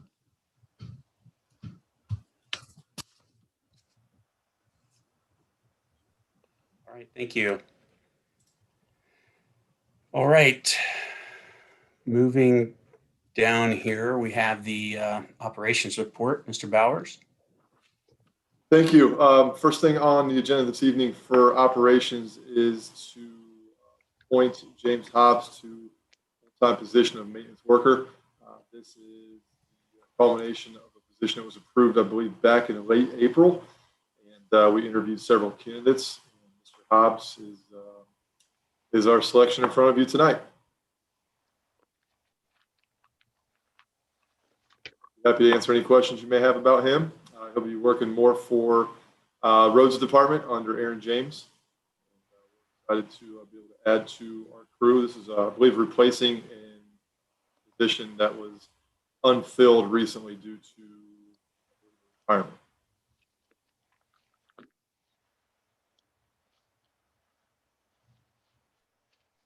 Are there any questions from the board related to this request? Or I do not.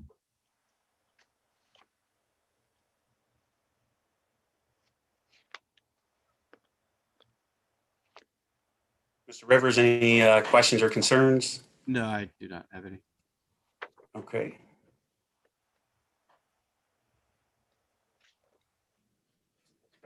Make a motion to approve resolution 185, appointment to position of maintenance worker. Second. You mean resolution 21-185? 21-185.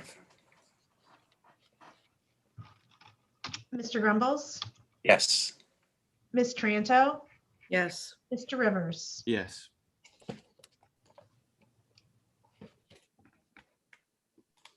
Still up there, Mr. Bowers.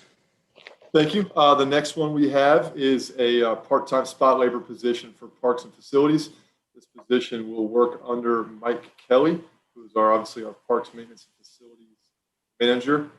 This position is again, a spot labor position. We expect the candidate to assist us on weekends and during the rest of the summer, obviously, to fill some of the busy times. There's a lot of lack of coverage on the weekends, obviously, with the Parks Department only having Mike plus 2 full-time employees who are carrying quite a large load. There is still one unfilled full-time position within this department, but for the short term, the motion is to fill it with part-time spot labor. And the candidate selected for this as well, Nico Brias, and we're looking forward to bringing him on board pending approval.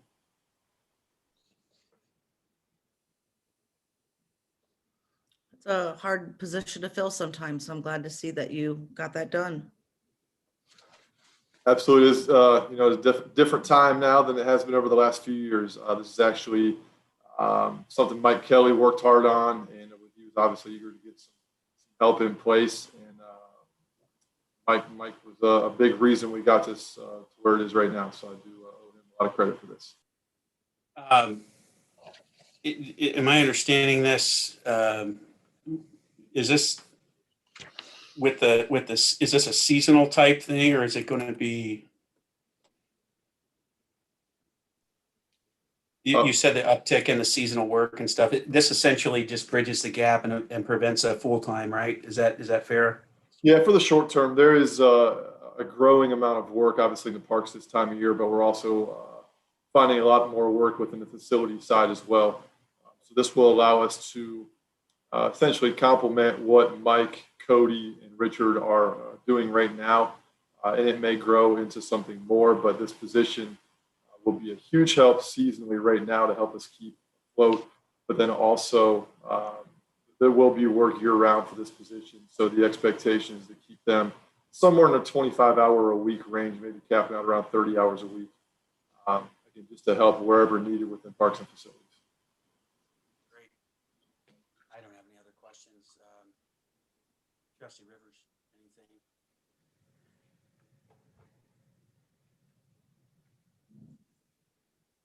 anything? Hey, Trustee Grumbles, your sound went out. Is that better? Yes. Okay. Trustee Rivers, do you have any concerns here? I heard from Trustee Taranto. No, I have none. Okay. Make a motion to approve resolution 21-186, appointment to position of Parks Facilities Worker, spot labor, and establishment of compensation. Second, Mr. Grumbles, Yes. Ms. Taranto, yes. Mr. Rivers. Yes. All right. Moves us to the fire report. Chief McNeil. Good evening. As you see in front of you, the first item on the list is regarding the conversion of earned day off hours to vacation hours for Captain should be Scott Rice. I'm not sure why it's Robert, but it should be Scott Rice. He's requesting to convert.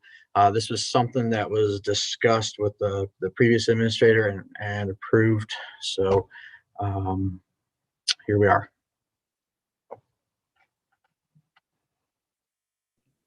I'd just like to comment, Captain Rice has been with the department for, oh, we're not getting to the retirement part. I'll wait till we get to the retirement part. Yep. And if you could fix the resolution where it says Robert as well. I know in the reading of the motion itself, it was fixed, but it says, if you go back up, right there, it says Robert as well, Captain Robert instead of. That's his legal name. Okay. Well, I think we should Robert Scott Rice maybe then, since it's his legal name, then it's more formal. I can add that into the journal. There we go. Perfect. Any concerns from the board? No.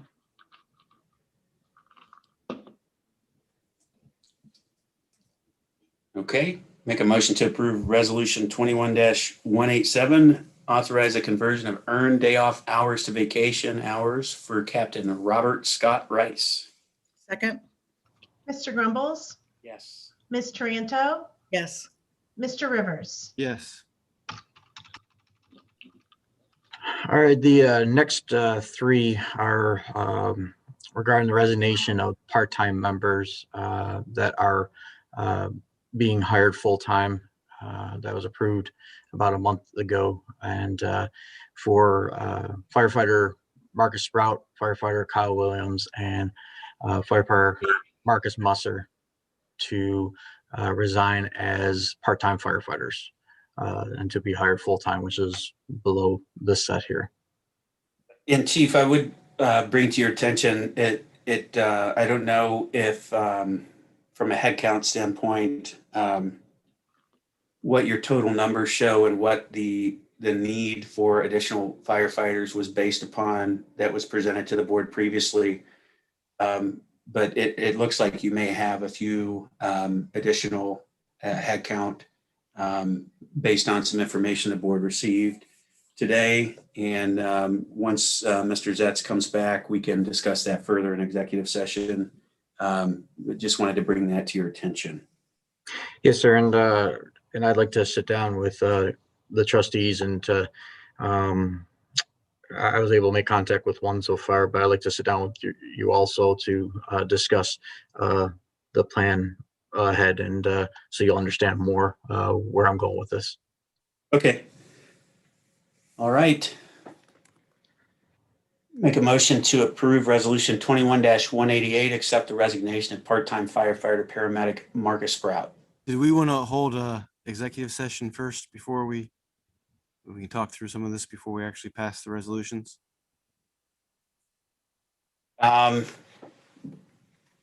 Yeah, I can rescind resolution. We have no one's seconded anything, so we just. Yeah, I can rescind resolution 21-188 then, and that's why I brought that up. I didn't. It sounded like Chief McNeil had taken that into account, but I do think it's worthwhile to to make sure we discuss this. And we're 20 minutes or so away from, maybe faster, depending on Mr. Zetz and what his obligations are. And we can move through and table that for now. Do you want to handle the retirement then, Chief? Yes, the final resolution is for the retirement of Mr. Robert Scott Rice, effective June 30th, 2021. I hate to see him go. He's helped me a lot since I've been here. And I know he's provided a great service to the community. So he will definitely be missed here. Yeah, I just wanted to comment on his longevity with Orange Township, not only a firefighter here in Orange, but a resident. And I've known Scott for a long time, and he really has put his community first. He's been very kind and compassionate firefighter, an excellent leader. Making him a captain was just a no-brainer. He will certainly be missed, not only from myself, but I'm sure other firefighters. So I'd like to thank him personally for his time at Orange and making the fire department an even better place because he was in it.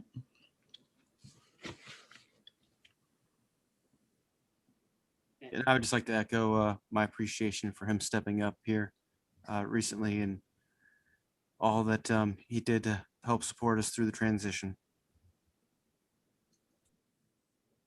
Echo both. When we were allowed to actually meet with the fire department after I started my term earlier this year, he was extremely helpful and always responsive, and his demeanor, the way he did things was unique and special in its own way, and I certainly appreciated the short time I had meeting with him and the way he stepped up and helped. He did a great job with representing the fire department with the meetings, and I know it was a lot of work and there was a lot going on when he did step up as far as transitioning in payroll and different things. And he did very well. You could see that the team there respected him immensely, and he's just a good human being, and will be missed for sure. And glad we have folks like him on our team. So with that, I'll make a motion to approve Resolution 21-188 to accept the retirement of, regretfully accept the retirement of Captain Robert Scott Rice effective June 30th, 2021. Second? Mr. Grumbles, Yes. Ms. Taranto, Yes. Mr. Rivers. Yes. All right, and Chief, we'll table the other items until we have a chance to talk in executive session, and then we'll transition now to the fiscal office report. Ms. Kraft. Thank you. Let's start with the May 2021 financial report. I did email you, each of the board members, a summary, but I'll just hit the quick highlights as of May 31st. Our ending cash balance is $27,198,054.54. Our investment mix hasn't changed. There's a total of about $19 million in investments. Current fund balances, general fund is at 6.7 million, roads at 4.7 million, fire at 7.9 million, and parks at 5.5 million. Year-to-date expenses through May 31st are 5.2 million, which given the road paving programs and things like that getting ready to kick off, I would expect those to start to ramp up over the next couple months. And our tax revenue is at 7.9 million. Delaware County Foundation currently has, for the Veterans Memorial Fund, currently has a balance of $38,880.04, which includes a contribution of $249 from January for the Olentangy Orange Middle School for t-shirt sales, and then a charge, a quarterly first quarter charge of $125. So that's financials. And then let's start with OTOC. Ms. Kraft, if you don't mind, on the last part with the Veterans Memorial Fund, because things, we had started talking about that last year, and I know that it had kind of stalled with COVID and amongst other things with some of the operational rehash and work in process. I expect it'll take some more time and getting before the state to request assistance or however we decide to go after funding. Does it make sense to look at options for that so we're not incurring the $500 a year draw or what have you? I don't know. I know one of the benefits of the foundation is that, it's a already established 501 and are, save some headache there. But, I would say potentially check with our township prosecutor or our county prosecutor, and it might be worthwhile to see what options we have to move that into some other option, whether it's interest bearing or not or whatever. Yeah, I have a meeting scheduled for Tuesday, a week from tomorrow, with Delaware County Foundation to start to have those discussions. Oh, perfect. There you head. Right. Yep. I hate Get out of your way. service charges.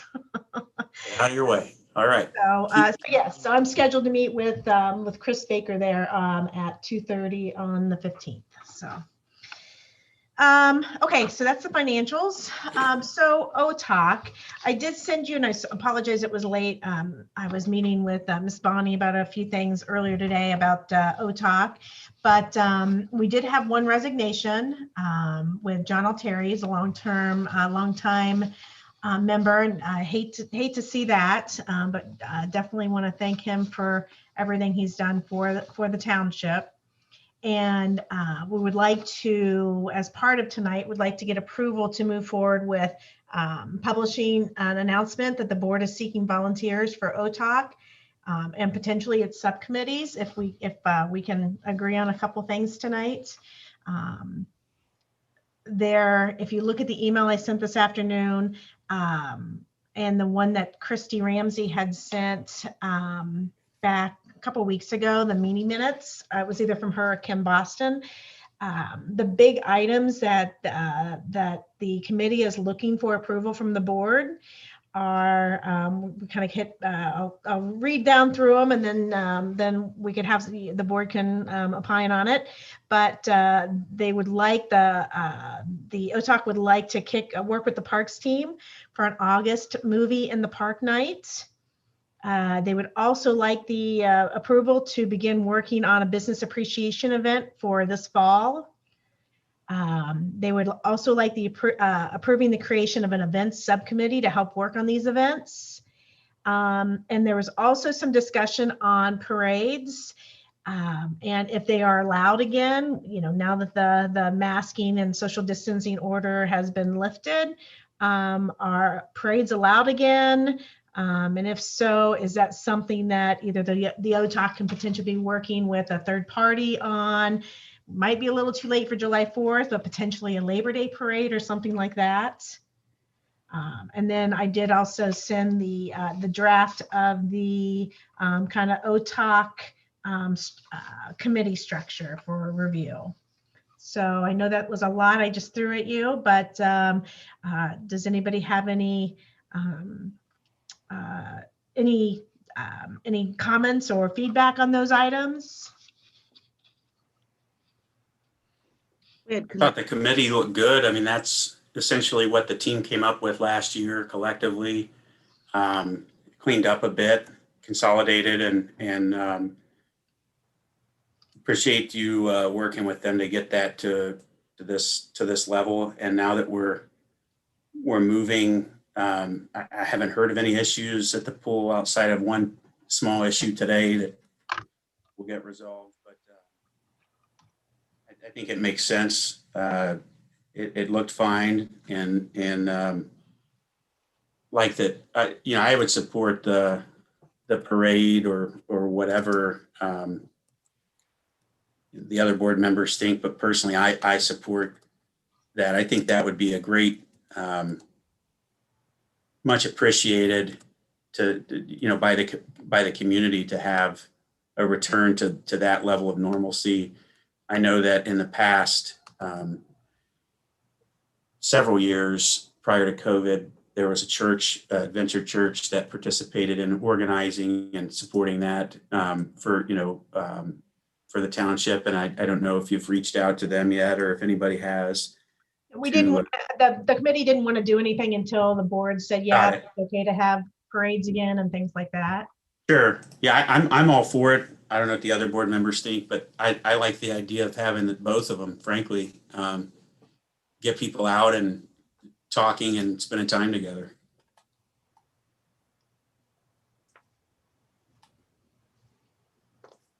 I don't know if the other trustees have an opinion, but that's mine.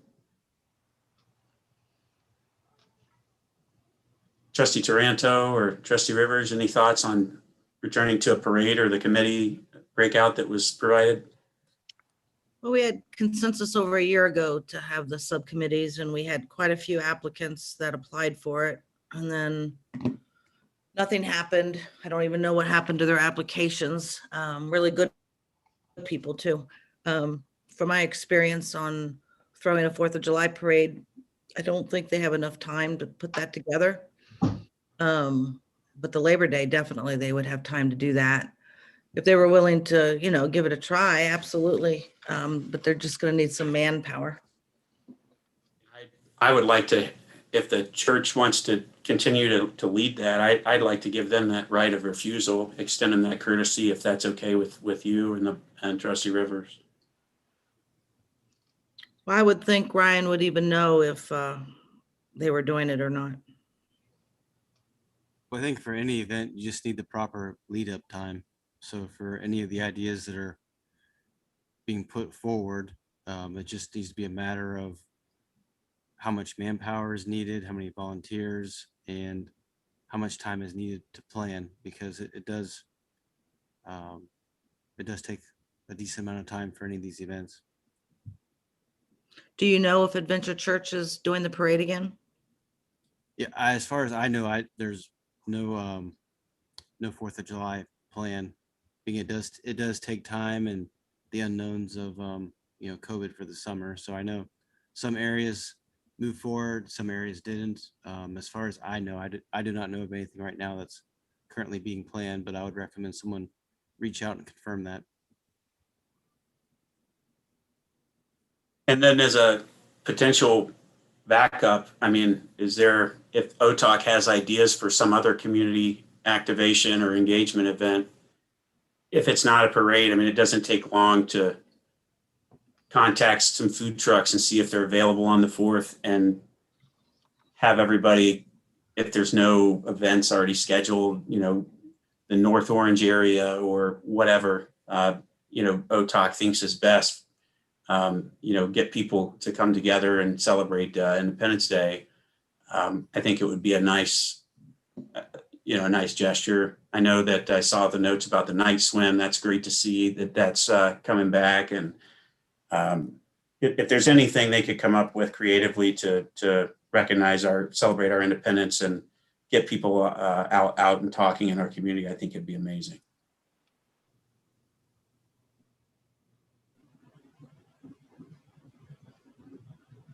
Okay, so we're also in agreement to go ahead and push out an announcement that we're seeking additional volunteers then?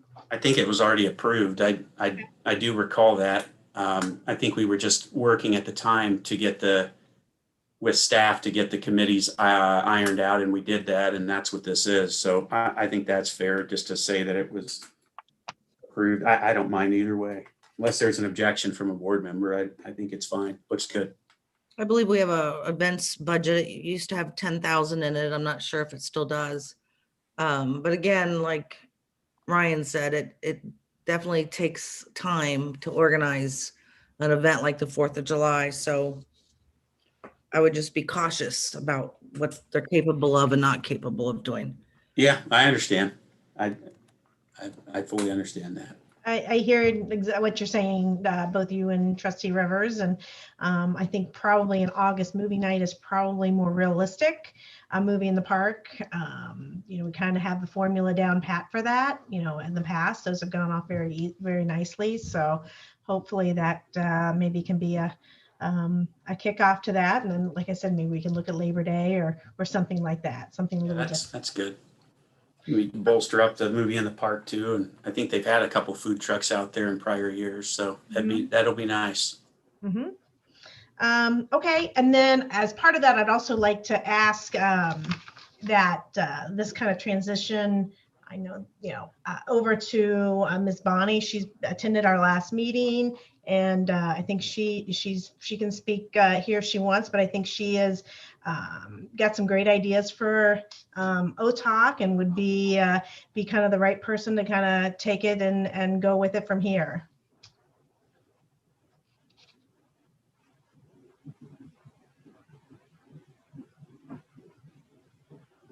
I'm sorry, I don't have any further comment, but I did enjoy meeting the OTOC members. I know we've received a couple other residents that have sought interest in maybe participating in our subcommittees.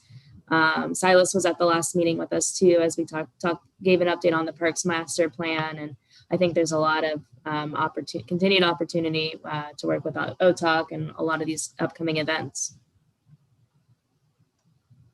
Yeah, I would just say until we solidify the administrator role, Ms. Kraft, I would ask if you would be willing to, my personal opinion, I'm one of three, but continuing in the capacity, you've done a great job, and with Michelle doing everything right now she is, I would just suggest that we pause until we have a firm way ahead on that, and then I would be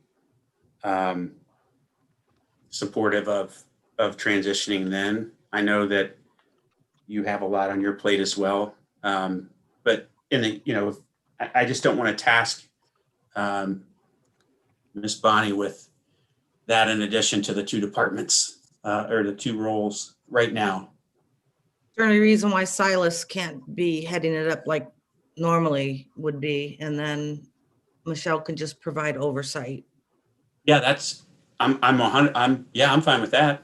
That's not a problem for me. I just don't want to put too much on with Michelle. I think she's got a lot going on and doing a good job. And so I don't want to disrupt that flow. Silas, are you okay with that? And you kind of go, maybe Lisa and Michelle, the three of you can attend the next OTOC gathering and get that transitioned over? Yes, sir. Happy to help wherever needed. Okay. Any objections to that? No. Trustee Rivers, any concerns there? No, I have none.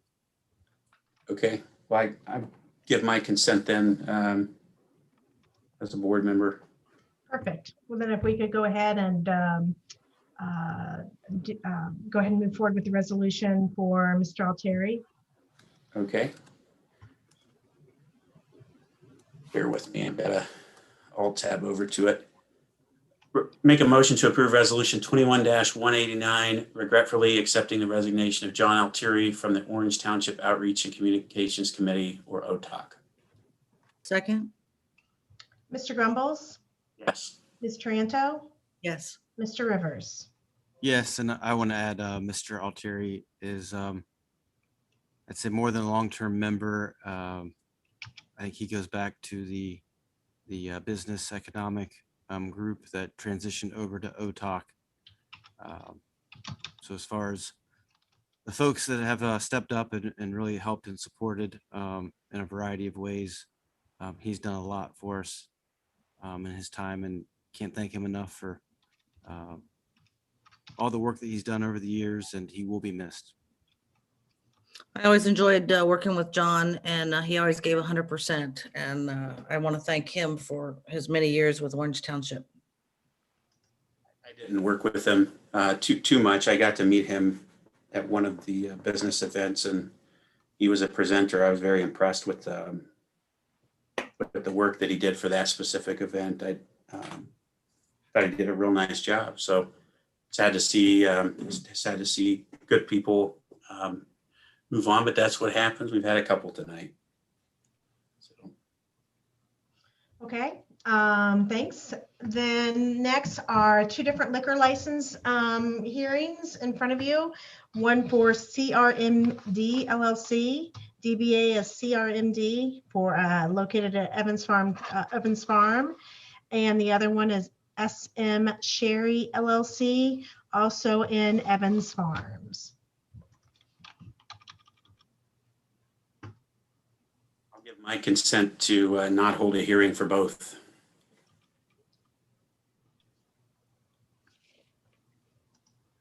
Yeah, I'm fine with not. Rivers? Yep, I'm consensus, no hearing needed. Okay. Same. Okay. And then the swimming pool. So, we didn't use the pool last year. Well, when we started taking the rec desk payments, all of the payments for facility rentals and swimming pool are all going into an account that we haven't used in over a year. It's the, we do have an account with First Commonwealth Bank. It's been a zero balance. It's just called Park Accounts. And what happens is the money deposits, let's say today we had $3,000 in pool sales, $3,000 deposits in the park account, and then immediately sweeps over to the operating account. So it's just administratively, it's just kind of double accounting. So just for ease of accounting, we would like to have those, because we still, when we deposit it into UAN, we still are depositing it as a revenue to parks. But this is just a matter of, is there a reason it's going? Does anybody know why we have a separate parks account and why it goes in there and then immediately sweeps out to operating? But if there's not any reason, if there's not a good reason for it, I'd like to ask the board that we change the point and pay deposit to go directly into the operating account versus going to parks and then having First Commonwealth sweep it out.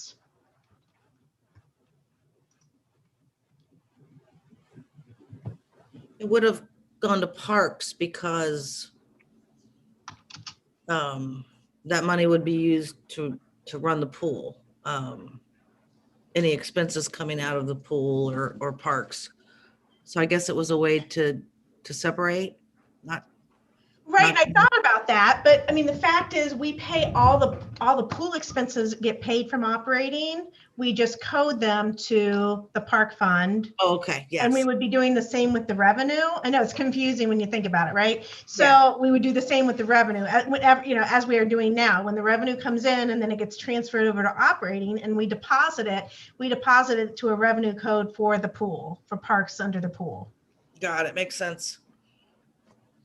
So it's just one more step. And then if this is approved, then the next meeting, you'll see a resolution to close that account unless somebody knows why we need that account.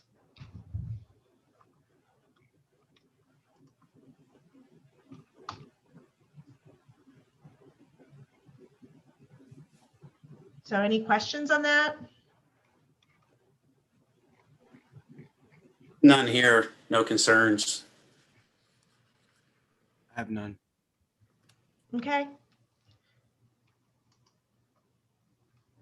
a motion to approve resolution 21-190 designating the account for initial deposit swimming pool financial transaction device receipts. Second? Mr. Grumbles? Yes. Ms. Tranto? Yes. Mr. Rivers? Yes. Okay, and then just a few other things. It says appropriations for Public Works Fund. That's going to be the next meeting. We're still working out the certificate of resources. Basically, what we've learned is when we receive grant money, we need to take that into its own fund and then distribute it out. So this will be, we're working with the Auditor of State on exactly how they want that set up. So more will be coming on that, as well as the Workers' Compensation Service Agency Agreement. Michelle and Miss Bonnie and I are working on that together. just make sure, just pointing out, we did get a notice of annexation to the city of Columbus. It's for property that's over on Polaris Parkway, over by that, by like Mellow Mushroom over in that area. So I sent that to you, each of you via email. So if you have any questions, let me know. That's all I've got. Thank you. Thank you.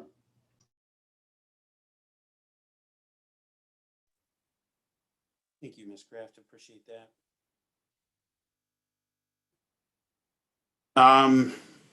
The only thing I wanted to add, you mentioned OTOC. I wanted to give an update real quick on the community garden because I think that should fall under OTOC and what they work on, and would like to make them a part of it if they're interested now, so that transitioning that down the road is smoother. Yeah, it's on the org chart that I emailed. They do have community gardens under the Parks and Roads Committee, but it's really just Parks Committee. It's not Parks and Roads. So they do have a bullet item for the community gardens. Right. I guess my point is, since we're doing it right now, if they have an interest in participating now, so that next year or, subsequent periods, it'll, they'll have some exposure to it. I think that might be a good approach. We actually have 57 spots that we sold out and a pending list of, I think, 10 to 12 people. It's gone extremely well. Going out in the evenings and seeing everybody working together and conversing. I've gotten really, really good feedback on it. And, one of the challenges has been, water supply and things. So the other townships that have these have a permanent garden area. And so they were able to put in, more robust investment into watering and things like that. But I do want to commend Silas and Aaron James. They've done a great job, and Aaron's team as well, of making that a success this year, and getting things fixed or restored as soon as possible. But it's been amazing to see the transition of the space, and had some vendors donate plants for the people in need garden. So that was a nice gesture, and people randomly emailing that want to volunteer and support it. So I think it's got some momentum and potential for further improvement that I'm sure OTOC could collectively harness and tap into. So if they decide they want to do that, I'd love to bring them out and have them participate. I think it's just a testimony of how successful it's been, and I'm kicking myself that we hadn't done it sooner, Ben. So great job on heading that up. And I always like to do things that benefit the residents and something other than zoning that makes them happy and participate. So what a great community event. Thank you for that. I might even have to do it next year. That's fun. The kids are out and playing and gardening, and it's just been really neat. There's a lot of been a lot of cultural discussion too, which was one of the goals from last year I mentioned, with people growing different foods and sharing different unique things from their backgrounds, and really proud of the engagement that I've seen out there. So we've got an interesting assortment of folks that are all working together, and that was the goal. So I'm really happy with that. Turn over to the administrative report once again, Ms. Bonnie. All right, thank you all.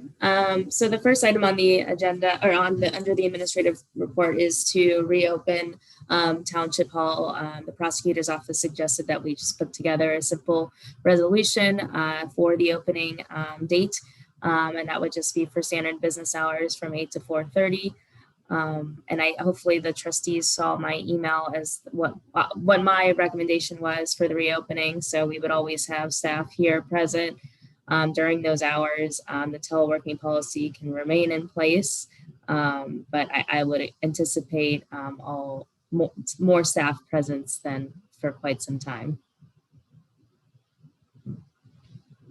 And I also recommended starting on July 1st because with the receptionist hopefully coming to fruition in the next couple of weeks, we will have the office set up for that for her, and the security will still remain in place, and she will be able to have a system that she can speak to them outside before entering them in. Sounds great. Nice work on that.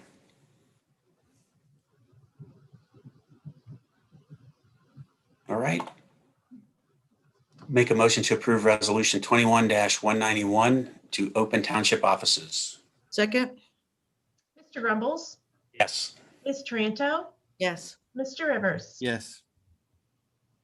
The next item is to start beginning our in-person meetings again in July. And I just had it as the date for the first regular, or the only regular trustee meeting in July to start doing that. And I'm sorry, one other point, as far as the training, I do recommend continuing the hybrid approach that we had before COVID, which is streaming through via YouTube. So I will work with Delaware County IT on getting retrained on that, as it's been quite some time since we've used that again. But I'd like to invite as many staff members as possible, so it's not just one person that knows how to turn that on.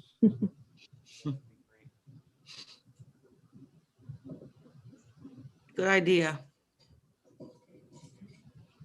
Make a motion to approve resolution 21-192 to hold in-person public meetings. Second? Mr. Grumbles, Yes. Ms. Taranto, Yes. Mr. Rivers. Yes. Okay. The next item on the agenda is in regards to transient vendors. This is resending the resolution that was passed during the pandemic. It does strike that language out for the health emergency, and just to go back to our original one on how we proceeded with those. I'd also like to add, I know the previous administrator have handled the transient vendors, and I believe one of our administrative assistants handled the do not knock list, but I'd like to have our office manager, Valerie Bunting, handle the transient vendors moving forward. Good idea. Yeah, it's a good idea. And I know I stopped in, and I think you were there to sign checks recently, and spoke with you both about it briefly. But the thing I love about Val is that she takes challenges and puts her own personal, kind of touch on those, and they turn out great. So, we shared what we had found when we were digging up those documents in the past from computer files and such, and trust that she'll make this a win too, and hopefully can find all the old policies and everything that the prosecutor's office came up with to support that process. So, I'm happy to help her with that too. And this is her birthday gift. Right.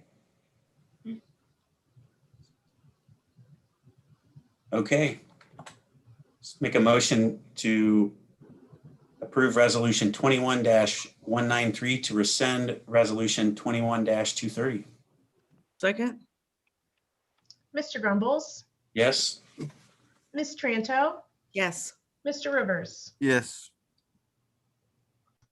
The next item on the agenda is in regards to a payroll vendor. I was hoping we would have the executive session first to discuss some positions that are open. So I don't know if we want to try to push that back. I've reached out to Brian Zetz, so he is still in his meeting. I don't know what the board thinks. I'm happy to talk about it now. I thought my mind thinks that something could change depending on how the executive session goes. We can just keep going and revisit. Yeah. Okay.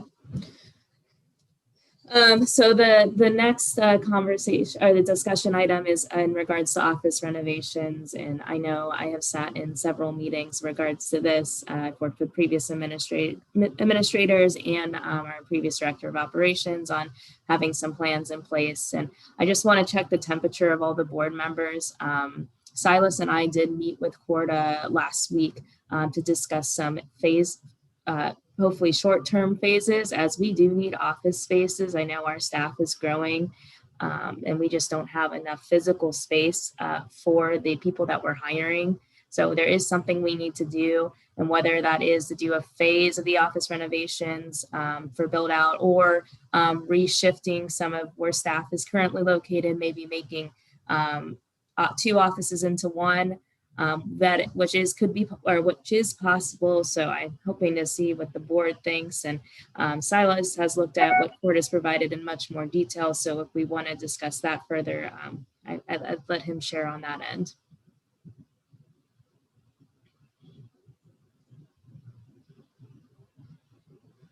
Yeah, for me, I look at the space with the little kitchenette that we had previously rented out as a real opportunity. I know that it's dated and is a mixture of like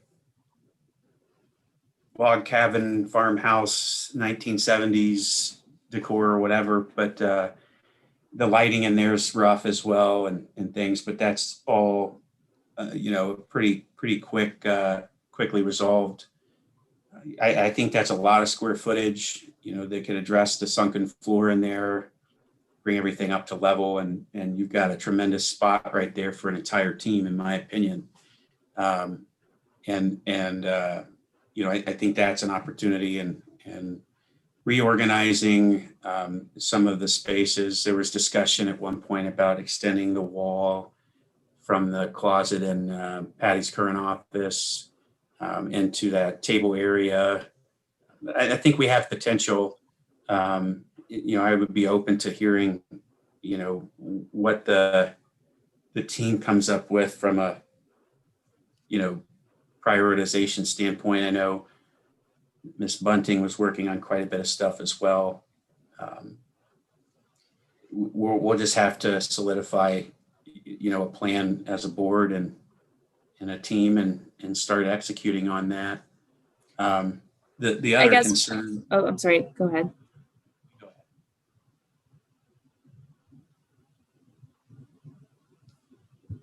Oh, Trustee Grumbles, I might have lost you again. No, you didn't lose me. I'm waiting for you. Go ahead. Oh, okay. I was just wanted to see if the board would consider doing it into phases. I know we've looked at this as a whole before, and Silas and I even thought where the conference table is currently, we could maybe make that into 2 or 3 office spaces. There's been talks about whether or not the wooden doors should be our primary entrance, and then having that where our front is as the zoning entrance. I mean, there's a lot of ideas in place. I know it's a big project, and so again, with the current staffing situation that we're in, there might be something we can handle in the interim as far as reshifting employees. But I think we need to take some action to some level. Well, I'm fine with, as many have done here with the transition back from COVID. We have a telework policy now, and I thought the team did a great job as far as the administrative stuff and keeping everything going and working from home.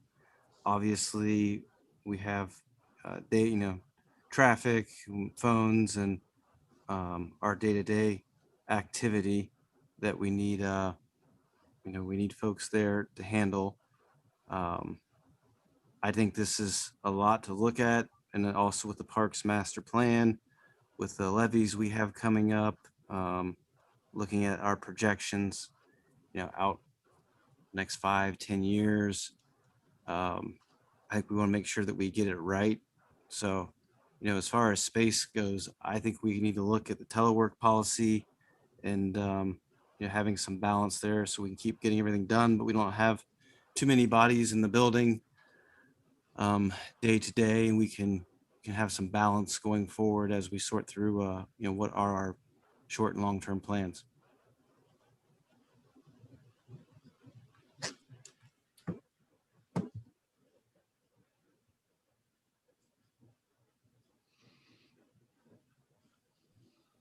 I'm ready to move forward on the renovations that we've been discussing over the last 6 years. I'm glad to see that we got the reception area done. Long-term plans, we knew what they were 6 years ago. And we actually have some CARES funds that we can use towards these renovations. because we're getting people spaced out and not next to on top of each other. So Ben, I think probably what she's looking for is consensus to move forward. What I also like is the ideas. I don't know that the staff really met with Corda before, and the staff is really more in tune on what is needed, where the space is needed.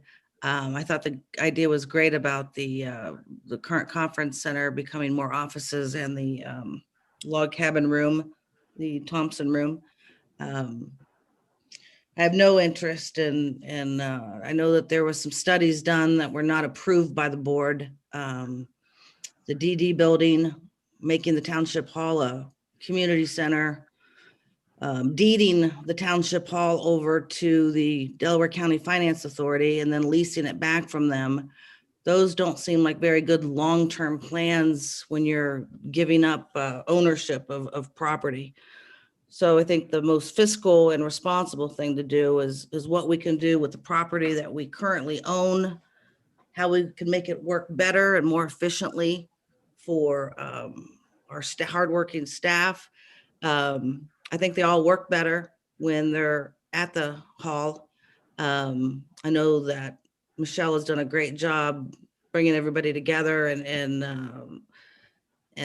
the attitude and morale has really been turning around and becoming much more positive. And I think working together kind of brings a synergy to the work that they're doing. So I'm certainly all for as many of them able to come back into the office as possible.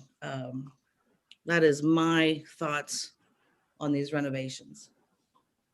I'm fine with you taking it in a phased approach. And I think that makes sense, because if you take too much off at one time, you're going to further constrain your workspace. So my suggestion would be if you want to start with the area where the fireplace, the back of the fireplace, or even remove it, whatever the construction folks can do, that the log cabin room, I would say prepare yourselves to have, contingency over there, so that, we're opening up meetings again, so that back space, making sure they can cordon that off. We can safely have public meetings again, that type thing, right? Let the professionals do what they do and design it, put it in, build it. I mean, we've already got 3 or 4 different proposals with designs that I've seen. Have at it. If telework's necessary for unique circumstances, I'm not opposed. If somebody's, unique, bring it to the board and get consensus and allow them to telework for that period of time, as long as it's not impactful for the team, then that's fine too. It is a new tool that we have and that most companies have and have experienced here. I do agree that nothing is a substitute for in-person dialogue and collaboration. And I would agree that the morale seems to be really good right now, and the team's working very nicely together. It's evident in the amount of stuff and all these meetings we have coming up, right? That speaks to that. Your comments earlier today about how big the meetings are going to be, not just because they're spread out, but because there's good content planned. So yeah, you have at least two, now that start your phase and bring it to the board when you get it dialed in, and we'll move from there. So I guess, so with the most current studies for the office renovations, like you mentioned, Trustee Grumbles, there were a couple options in place.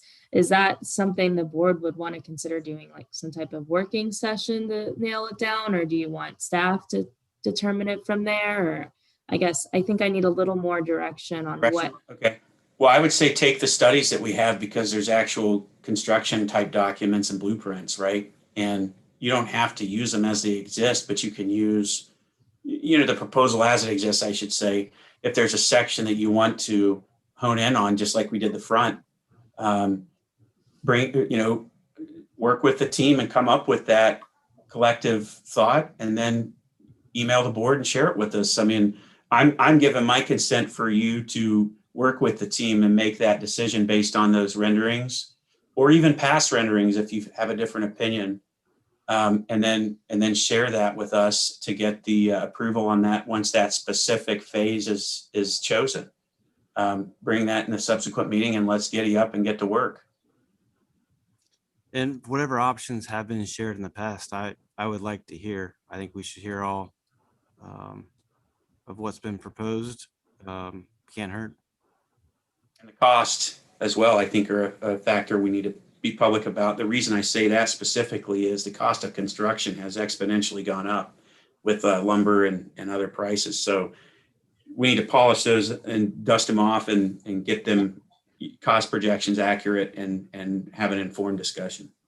Well, I will work with Silas on putting together all the previous proposals and present them to the board. And, Silas and I will also provide our own recommendations and speak with our staff members, and we'll come up from something from there. I do want to ask, since that's going to take some time no matter what, as far as shifting some of the staff what our current offices are, does the board have any concerns with that?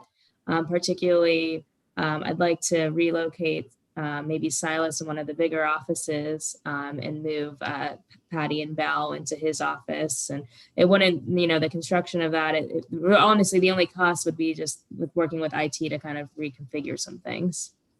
I was going to suggest too, I didn't know of Chief McNeil, if there was any office space over off Gooding, if anything would work there for you. There is one, and then where Brenda used to be, there is one office space there. And we know that he's going to get an admin assistant, but was there any other office space available? Nathan, if you can help me on that, to my understanding, I didn't think there was. So the only office space that we have is we had right at the front where, from my understanding, one I believe it was Miss Patty used to sit there, or then Brenda had the actual office. Don't quote me on that, but that front area. And then other than that, there's really nothing else, because right now the room downstairs is that we have an office or an area, but it's all with storage that of obsolete things I need to get rid of and work on that for next month or so.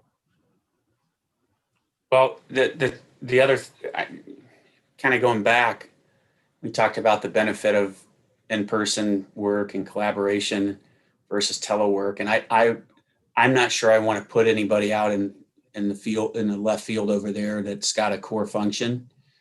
I want us to consider, because I view that almost as impactful as the telework potentially on the synergy the team's established there. So I think we should keep that in mind if we're forced. But I really want us to get Township Hall organized and set up for the team to succeed, because I think there's more than enough space. It's just maybe organized poorly right now. And just to add on that, I think there is some quick changes we can do in the interim, and it would be a very minimal cost. I didn't want the board to be thrown off if you see somebody in a different office.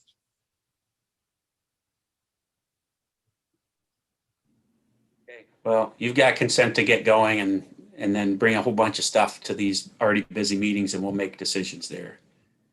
Sounds good. All right.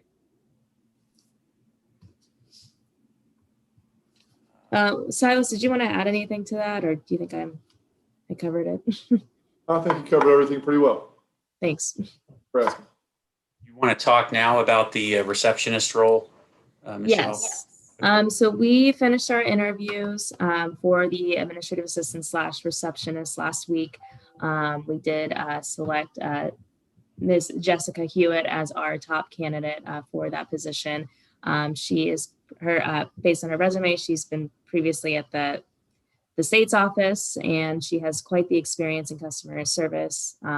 We did work with her on and as far as the salary range, and this is what's presented to the board today.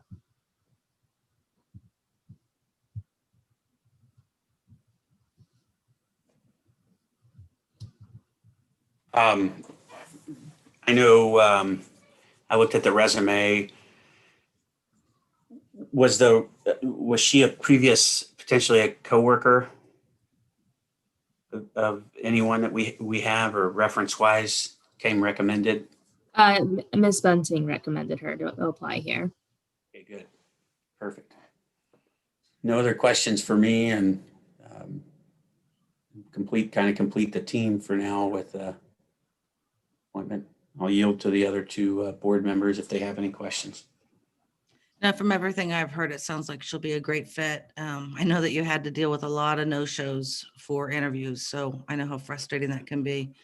But and just let Miss Bunny know the reception area looks great. We're ready for Jessica to start, and I think it'll be a great addition to the rest of the team.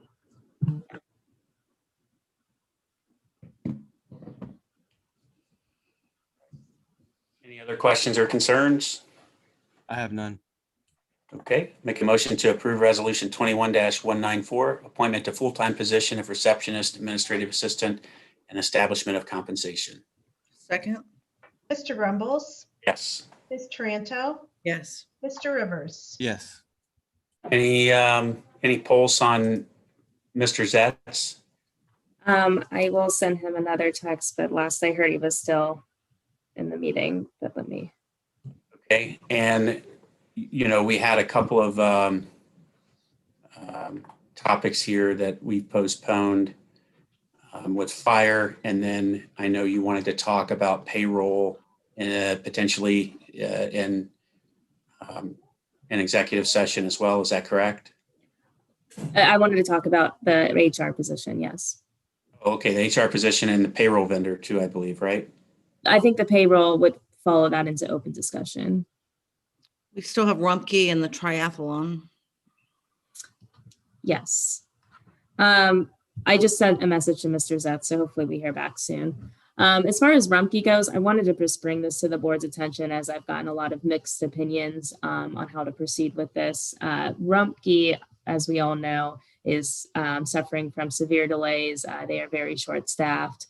Last I heard is that they are increasing their salary benefits for new employees and even offering bonuses. And I've talked to Genoa Township recently as they are facing similar issues, and as well as many other communities.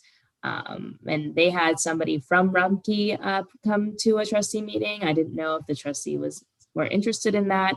I know we have a contract in place with the other townships. My understanding, it would be very difficult to renegotiate that at this time. But I just wanted to hear from the board on if they had any thoughts on our Rumpke's dilemma.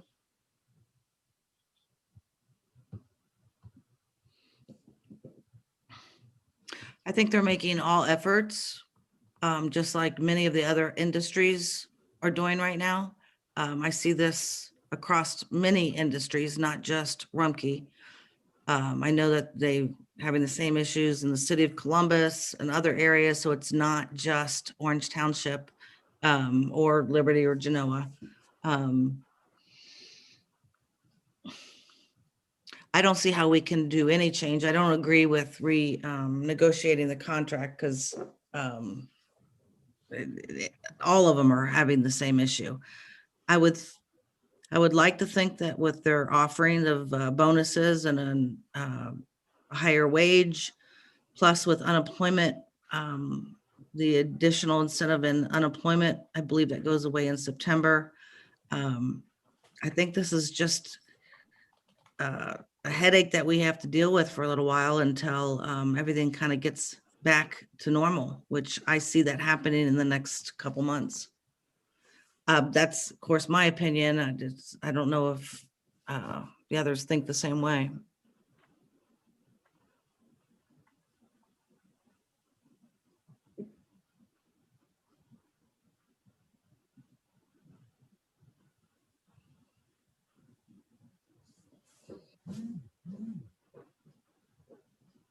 I'm in agreement because I've spoken with Rumpke multiple times, and I know they're trying hard. when I see them working in the township, I know the people they do have. They actually sent an email out to all the township residents that I received this evening as well, with updates on how many people they're bringing in and how that, they've gotten some response to their training programs. I spoke with Genoa Township, who's also on the contract with us, and got their perspective, and it was similar. And then I know, Miss Bonnie, that we had talked about getting a pulse on the industry. I don't know if you were able to call around or not, but my understanding is the same, that the industry is burdened right now across the board, not just the labor market in general, period. And that's no fault of theirs. The date seems consistently moved to 1 day in our township. So what I conveyed to Rumpke was, as long as our residents know when to put out their trash, no one's going to, the complaints are going to be minimal. It's just about communication. So then they started emailing, but they've been easy to speak with. When we voted on their rates, I did research them. I did ask for data. They provided it. We had data from other communities, and our rate that we're getting is fantastic. It's like 30-40% lower in most cases than what surrounding areas are getting, because we partnered with the other townships. So while I know it's frustrating, I wanted to make that comment publicly. So hopefully, if anybody's still up at 8:37 on a Monday listening to us, they can hear that, or they watch in the morning, that we are getting a great price, and hopefully appreciate the work that they're putting into it.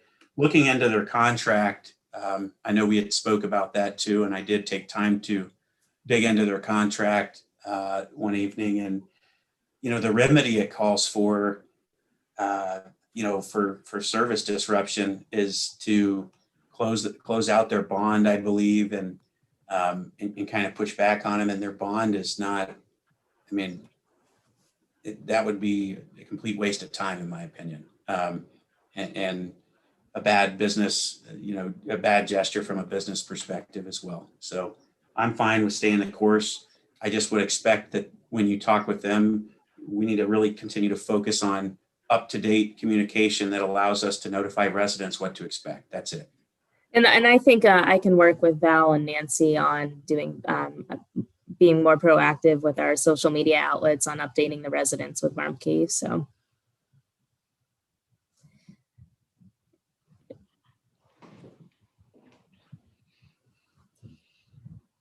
But I know we are still getting complaints from the residents in regards to this. But I think, unfortunately, it's just the reality in a lot of industries like this.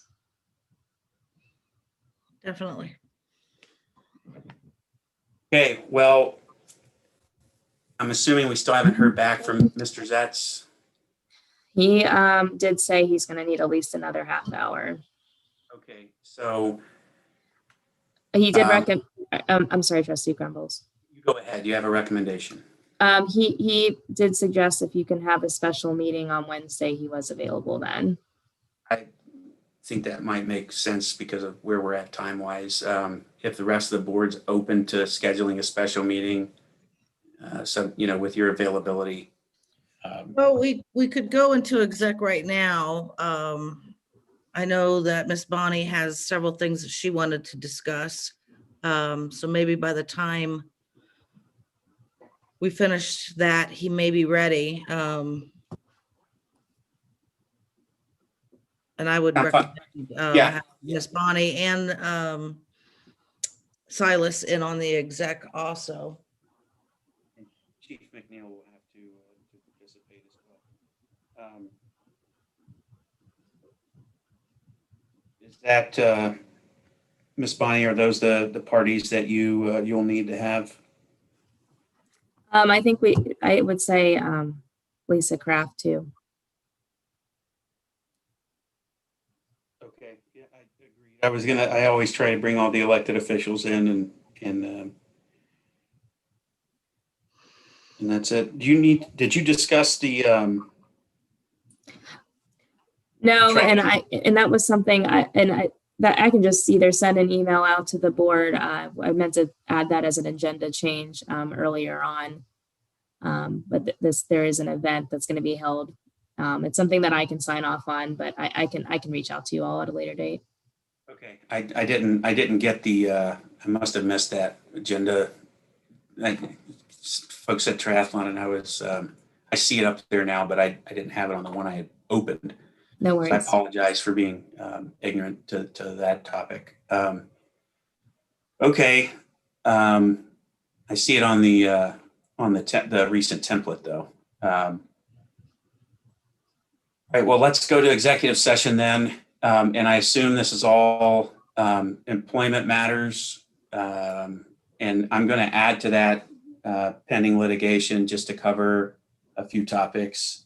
Pending or imminent potential litigation, pending or imminent litigation, I believe is the way it's stated. So I think Is we're Chief on doing 190. this as well? Who? Chief McNeil? Yes.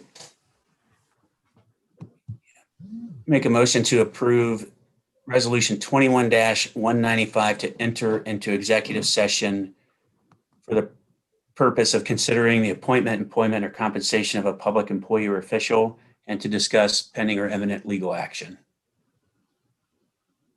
Second. Mr. Grumbles, Yes. Ms. Tranto, Yes. Mr. Rivers. Yes. Can you? I'd like to confirm- invite Thank you. Trustee Taranto, Trustee Rivers, Trustee Grumbles, Fiscal Officer Kraft, Parks and Roads Director Silas Bowers, Fire Chief McNeil, and Acting Administrator Michelle Bonney. All right, just give me one moment. We're having a technical issue. I apologize.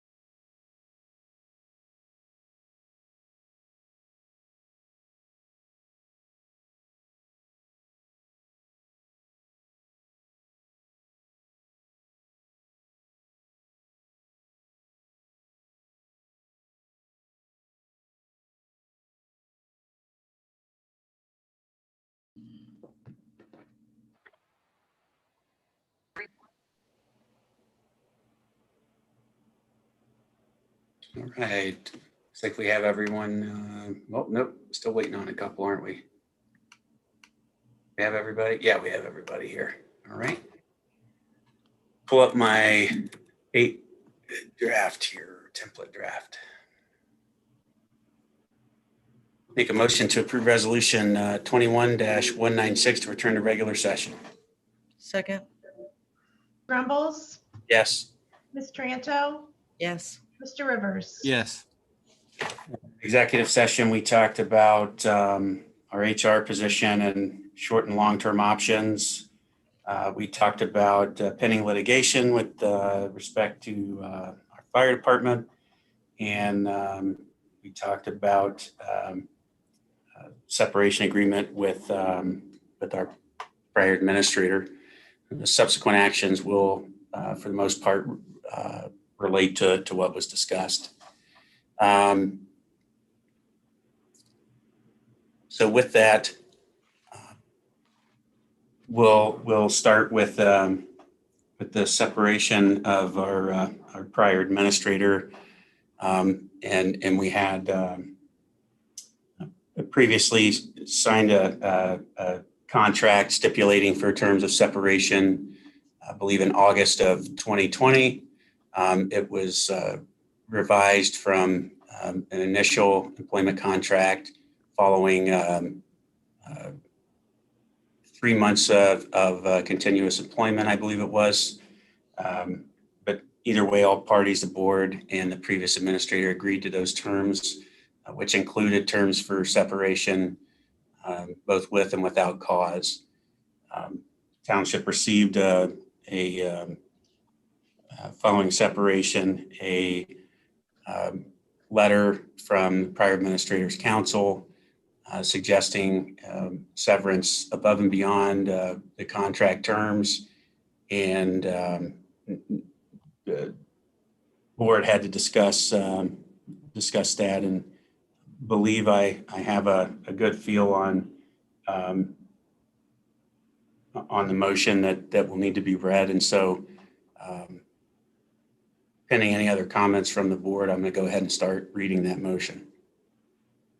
I do not. Okay. Make a motion to approve resolution 21-197 to reject the demand letter and severance counteroffer submitted by Andrew King and pay severance related to his separation from the township according to the terms of his employment contract. Orange Township requires a response from Mr. King by June 10th. Second, Mr. Grumbles, Yes. Wait. You guys have some discussion in open session about how you want to vote. okay. Well, I will have to rescind the previous motion then. Well, no, as in you can have discussion. I Yeah. mean, you have a motion, you had a second. I discussed, the terms. My position is that you stick to the agreed upon contract. I don't think that anything that's transpired would warrant deviating from that. I agree. I think just sticking by the contract, keeping it simple.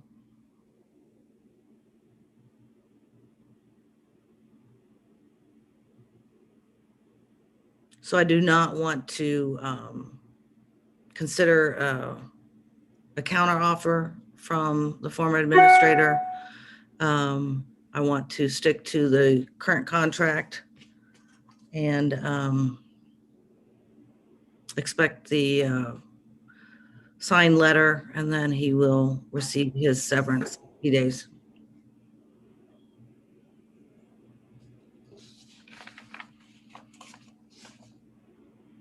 So I think I have a second. Is that okay, Brian? Mr. Zetz, can we go ahead and vote now? Yes, you can. Call the motion to the table then. Miss Kraft. I seconded the motion. thank you. Mr. Grumbles, Yes.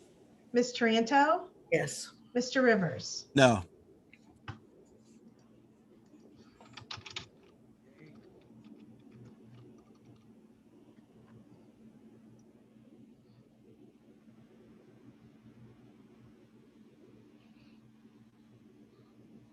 Then prior to when we were waiting to go to an executive session, one of the, as I mentioned, coming out of executive session, the discussion was around the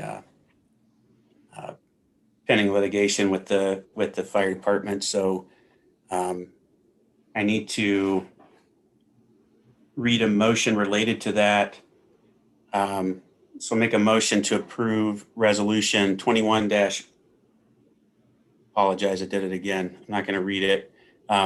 Does anyone want to discuss that so we can come to a consensus on way ahead? Ultimately, Delaware County Appeals Court ruled that in the matter pertaining to four terminated members of the fire department going back to 2019, that the arbitration ruling to reinstate them was upheld. And I personally want to continue to appeal that decision. I believe that there's an issue there with the arbitration itself and concern with the arbitration. The appeals court ruled to stick to the arbitration because that's it's spelled out in the collective bargaining agreement. But I want our council and our team to continue to fight for the principle of the matter and see if we can arrive at a different outcome. So what would be the appeal process then going forward? The appeal process will be similar to really any other case. We have a deadline to file the notice of appeal. It's really not for 28 days. We won't wait that long, but we will file a notice of appeal. Once that notice is filed, then the court kicks in, the record will have to be transferred to the Court of Appeals. The Court of Appeals will issue a briefing schedule. Briefs will be, we'll file a brief. The local will file its brief. We would be able to have the opportunity to file a reply brief. Once all that is done, a matter will truly be briefed and ready for the Court of Appeals, and we then just be waiting for a decision from the Court of Appeals.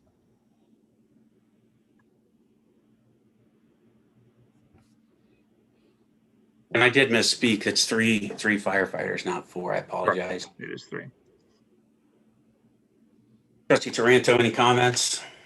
I was disappointed in the decision. I feel like sometimes there needs to be some kind of recourse if arbitration, I feel like they just don't get it. But I feel like we should move forward for our fire department, the current firefighters. So I would like to see us move forward with this. And I just find the decision unfortunately unacceptable.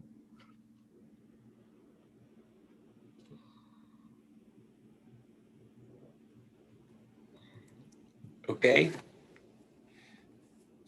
I'll make a motion to approve resolution 21-198 to instruct legal counsel Isaac Wiles and Brian Zetz to appeal the decision of the Delaware County Appeals Court. Second? Mr. Grumbles, Yes. Ms. Taranto, Yes. Mr. Rivers. Yes.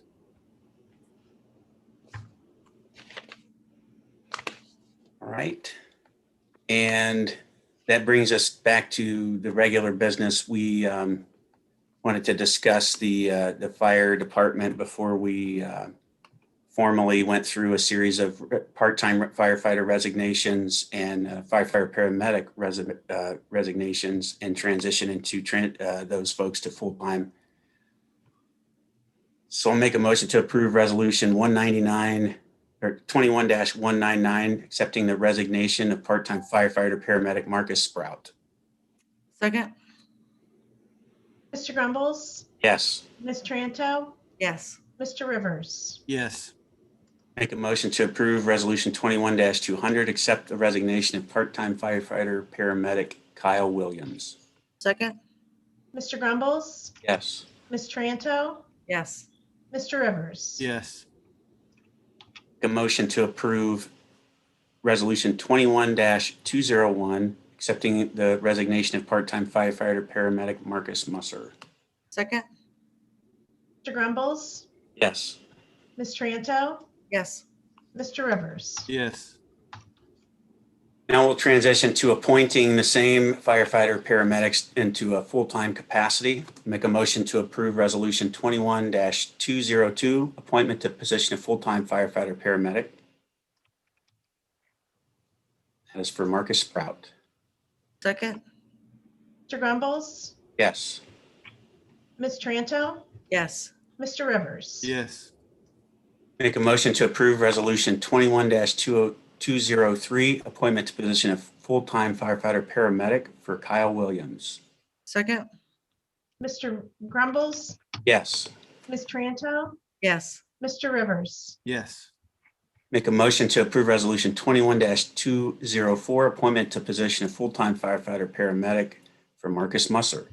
Second? Mr. Grumbles, Yes. Ms. Tranto, Yes. Mr. Rivers. Yes. I'd like to congratulate these 3 firefighters. Welcome to full-time at Orange Township, and we appreciate you. I agree, and I appreciate you serving in a part-time capacity for so long. I know that that's not easy to do with opportunities around, and so we thank you for your dedication to the township through that duration. I believe that's the end of our formal business today, unless there's any remaining issues. I think that what's left is still pending and will be discussed in subsequent meetings. Is that fair? Michelle, we didn't miss anything, right? I mean, I mentioned coming out of exec, we talked about HR. Michelle, would you like consensus or any formal action to allow you to move forward in the ways that you need to? I mean, we've already approved posting and that type thing, so. The only other thing I have on the agenda was discussion of the payroll vendor. Our current structure with CVIS is not the easiest to work with. But, I'm fine holding off on that if we want to pursue looking at alternatives for the HR or looking at opportunities for the HR position. No, I think they're two separate issues. I vocalized concerns when we shifted to expand the role CBIS had in the township multiple times. We've had repeated payroll issues. We have someone that's not working in their official capacity on a consistent basis to reconcile payroll and deal with the inability of the system to meet our demands. I've spoke with Chief McNeil and other staff. There's other software out there available. There's other options available. And we need to, I had asked in the past about, getting involved to help or support. And when that change was made and that didn't happen. And so the team came to the consensus on their own in this case. And I think it's a valid concern. The most fundamental important thing we do is pay our folks, provide them a safe place to work. We're not consistently able to do that, or if it's too burdensome, that's a problem. So you have my consent to look at options or do whatever it is you need to do to fix our payroll. I also give consent. Okay. Ms. Lewis and I, we have been doing our research to seek out other vendors, and we have a couple demos scheduled in the next few weeks, and hopefully we can come up with a solution soon. We'll be getting Chief McNeil involved with that as well. Thank you. And I mentioned this, and I want to mention it publicly. My feedback on this was always, when you take an approach like this, you solve for the most complex, difficult section of your operation first. And by nature, the rest typically works itself out, the more it's standard. And by far, the fire department is our most complicated, complex operation with multi-shifts, et cetera. So as long as we keep that in mind and solve for that difficult, complex requirement, I think we'll be in good shape. And so, Michelle, I really just want to tell you what a tremendous job you've done, and working with the team in in a very uplifting way. The morale is evident. The communication and the changes in a short time since you've taken over are evident. You've done a tremendous job, and you're moving at a pace that, with a department and a township under your supervision, it's quite impressive. So I know it's 10:17 in the evening, but before we depart today, I do want to tell you that I'm very proud of the work you've done and so appreciative of your continued willingness to step up. Absolutely. Good job. Thank you. Can Well, I make sure I have, I agree with everything you just said, Ben, but can I also make sure I have Mr. Rivers? Did you give consensus on the search for a new payroll vendor? Yeah, my only comment I would add is just with the platforms and moving, there is a lot that goes behind the software and all this. And I think not having a dedicated person, whether it be a consultant or whatnot involved in this process, could have been very useful. So I think, addressing whatever needs that we need to address here. Obviously, our payroll has got to be functioning and handled properly. But these systems and platforms and what all they do, the bells and whistles, looking at some outside support in whatever we do, I think this time around would be wise. I'm open to whatever you find is necessary to bring to the board for consideration, and I would have been open to that at any point in the past. I will say that what was made evident to me through the past effort was that the sales team for the entity committed to things that the operations team could not deliver. And so, that's part of it. And when that happens in business, there's certain times when you can work through those challenges, and there's other times where you have to call it what it is. And payroll's one of them. When a vendor tells you they can't accommodate what you need, or they've demonstrated that, we got to move out quick. So I know the team is dedicated to working and making sure that we're protected and people are getting paid. So I appreciate everyone. Miss Lewis, Patty Lewis, has stepped up and really kept us afloat in this regard for the duration. And so I appreciate that effort and look forward to finding a sustainable solution here. One last thing, if I could get consensus, I'd like to reach out to Dick Ray, see if he would be interested in a part-time position. Before I reach out to him, I'd like consensus from the board to be able to do that. He's not currently employed, but he still gets a lot of phone calls from us asking questions because of his institutional knowledge. So could I have consensus to reach out to him? Fine. That's fine with me. Great, thank you. All right. Nothing further. I make a motion to approve resolution 21-205, meeting adjournment. Second. Mr. Grumbles? Yes. Ms. Tranto? Yes. Mr. Rivers? Yes. All right. Thank you, everyone. Have a great night.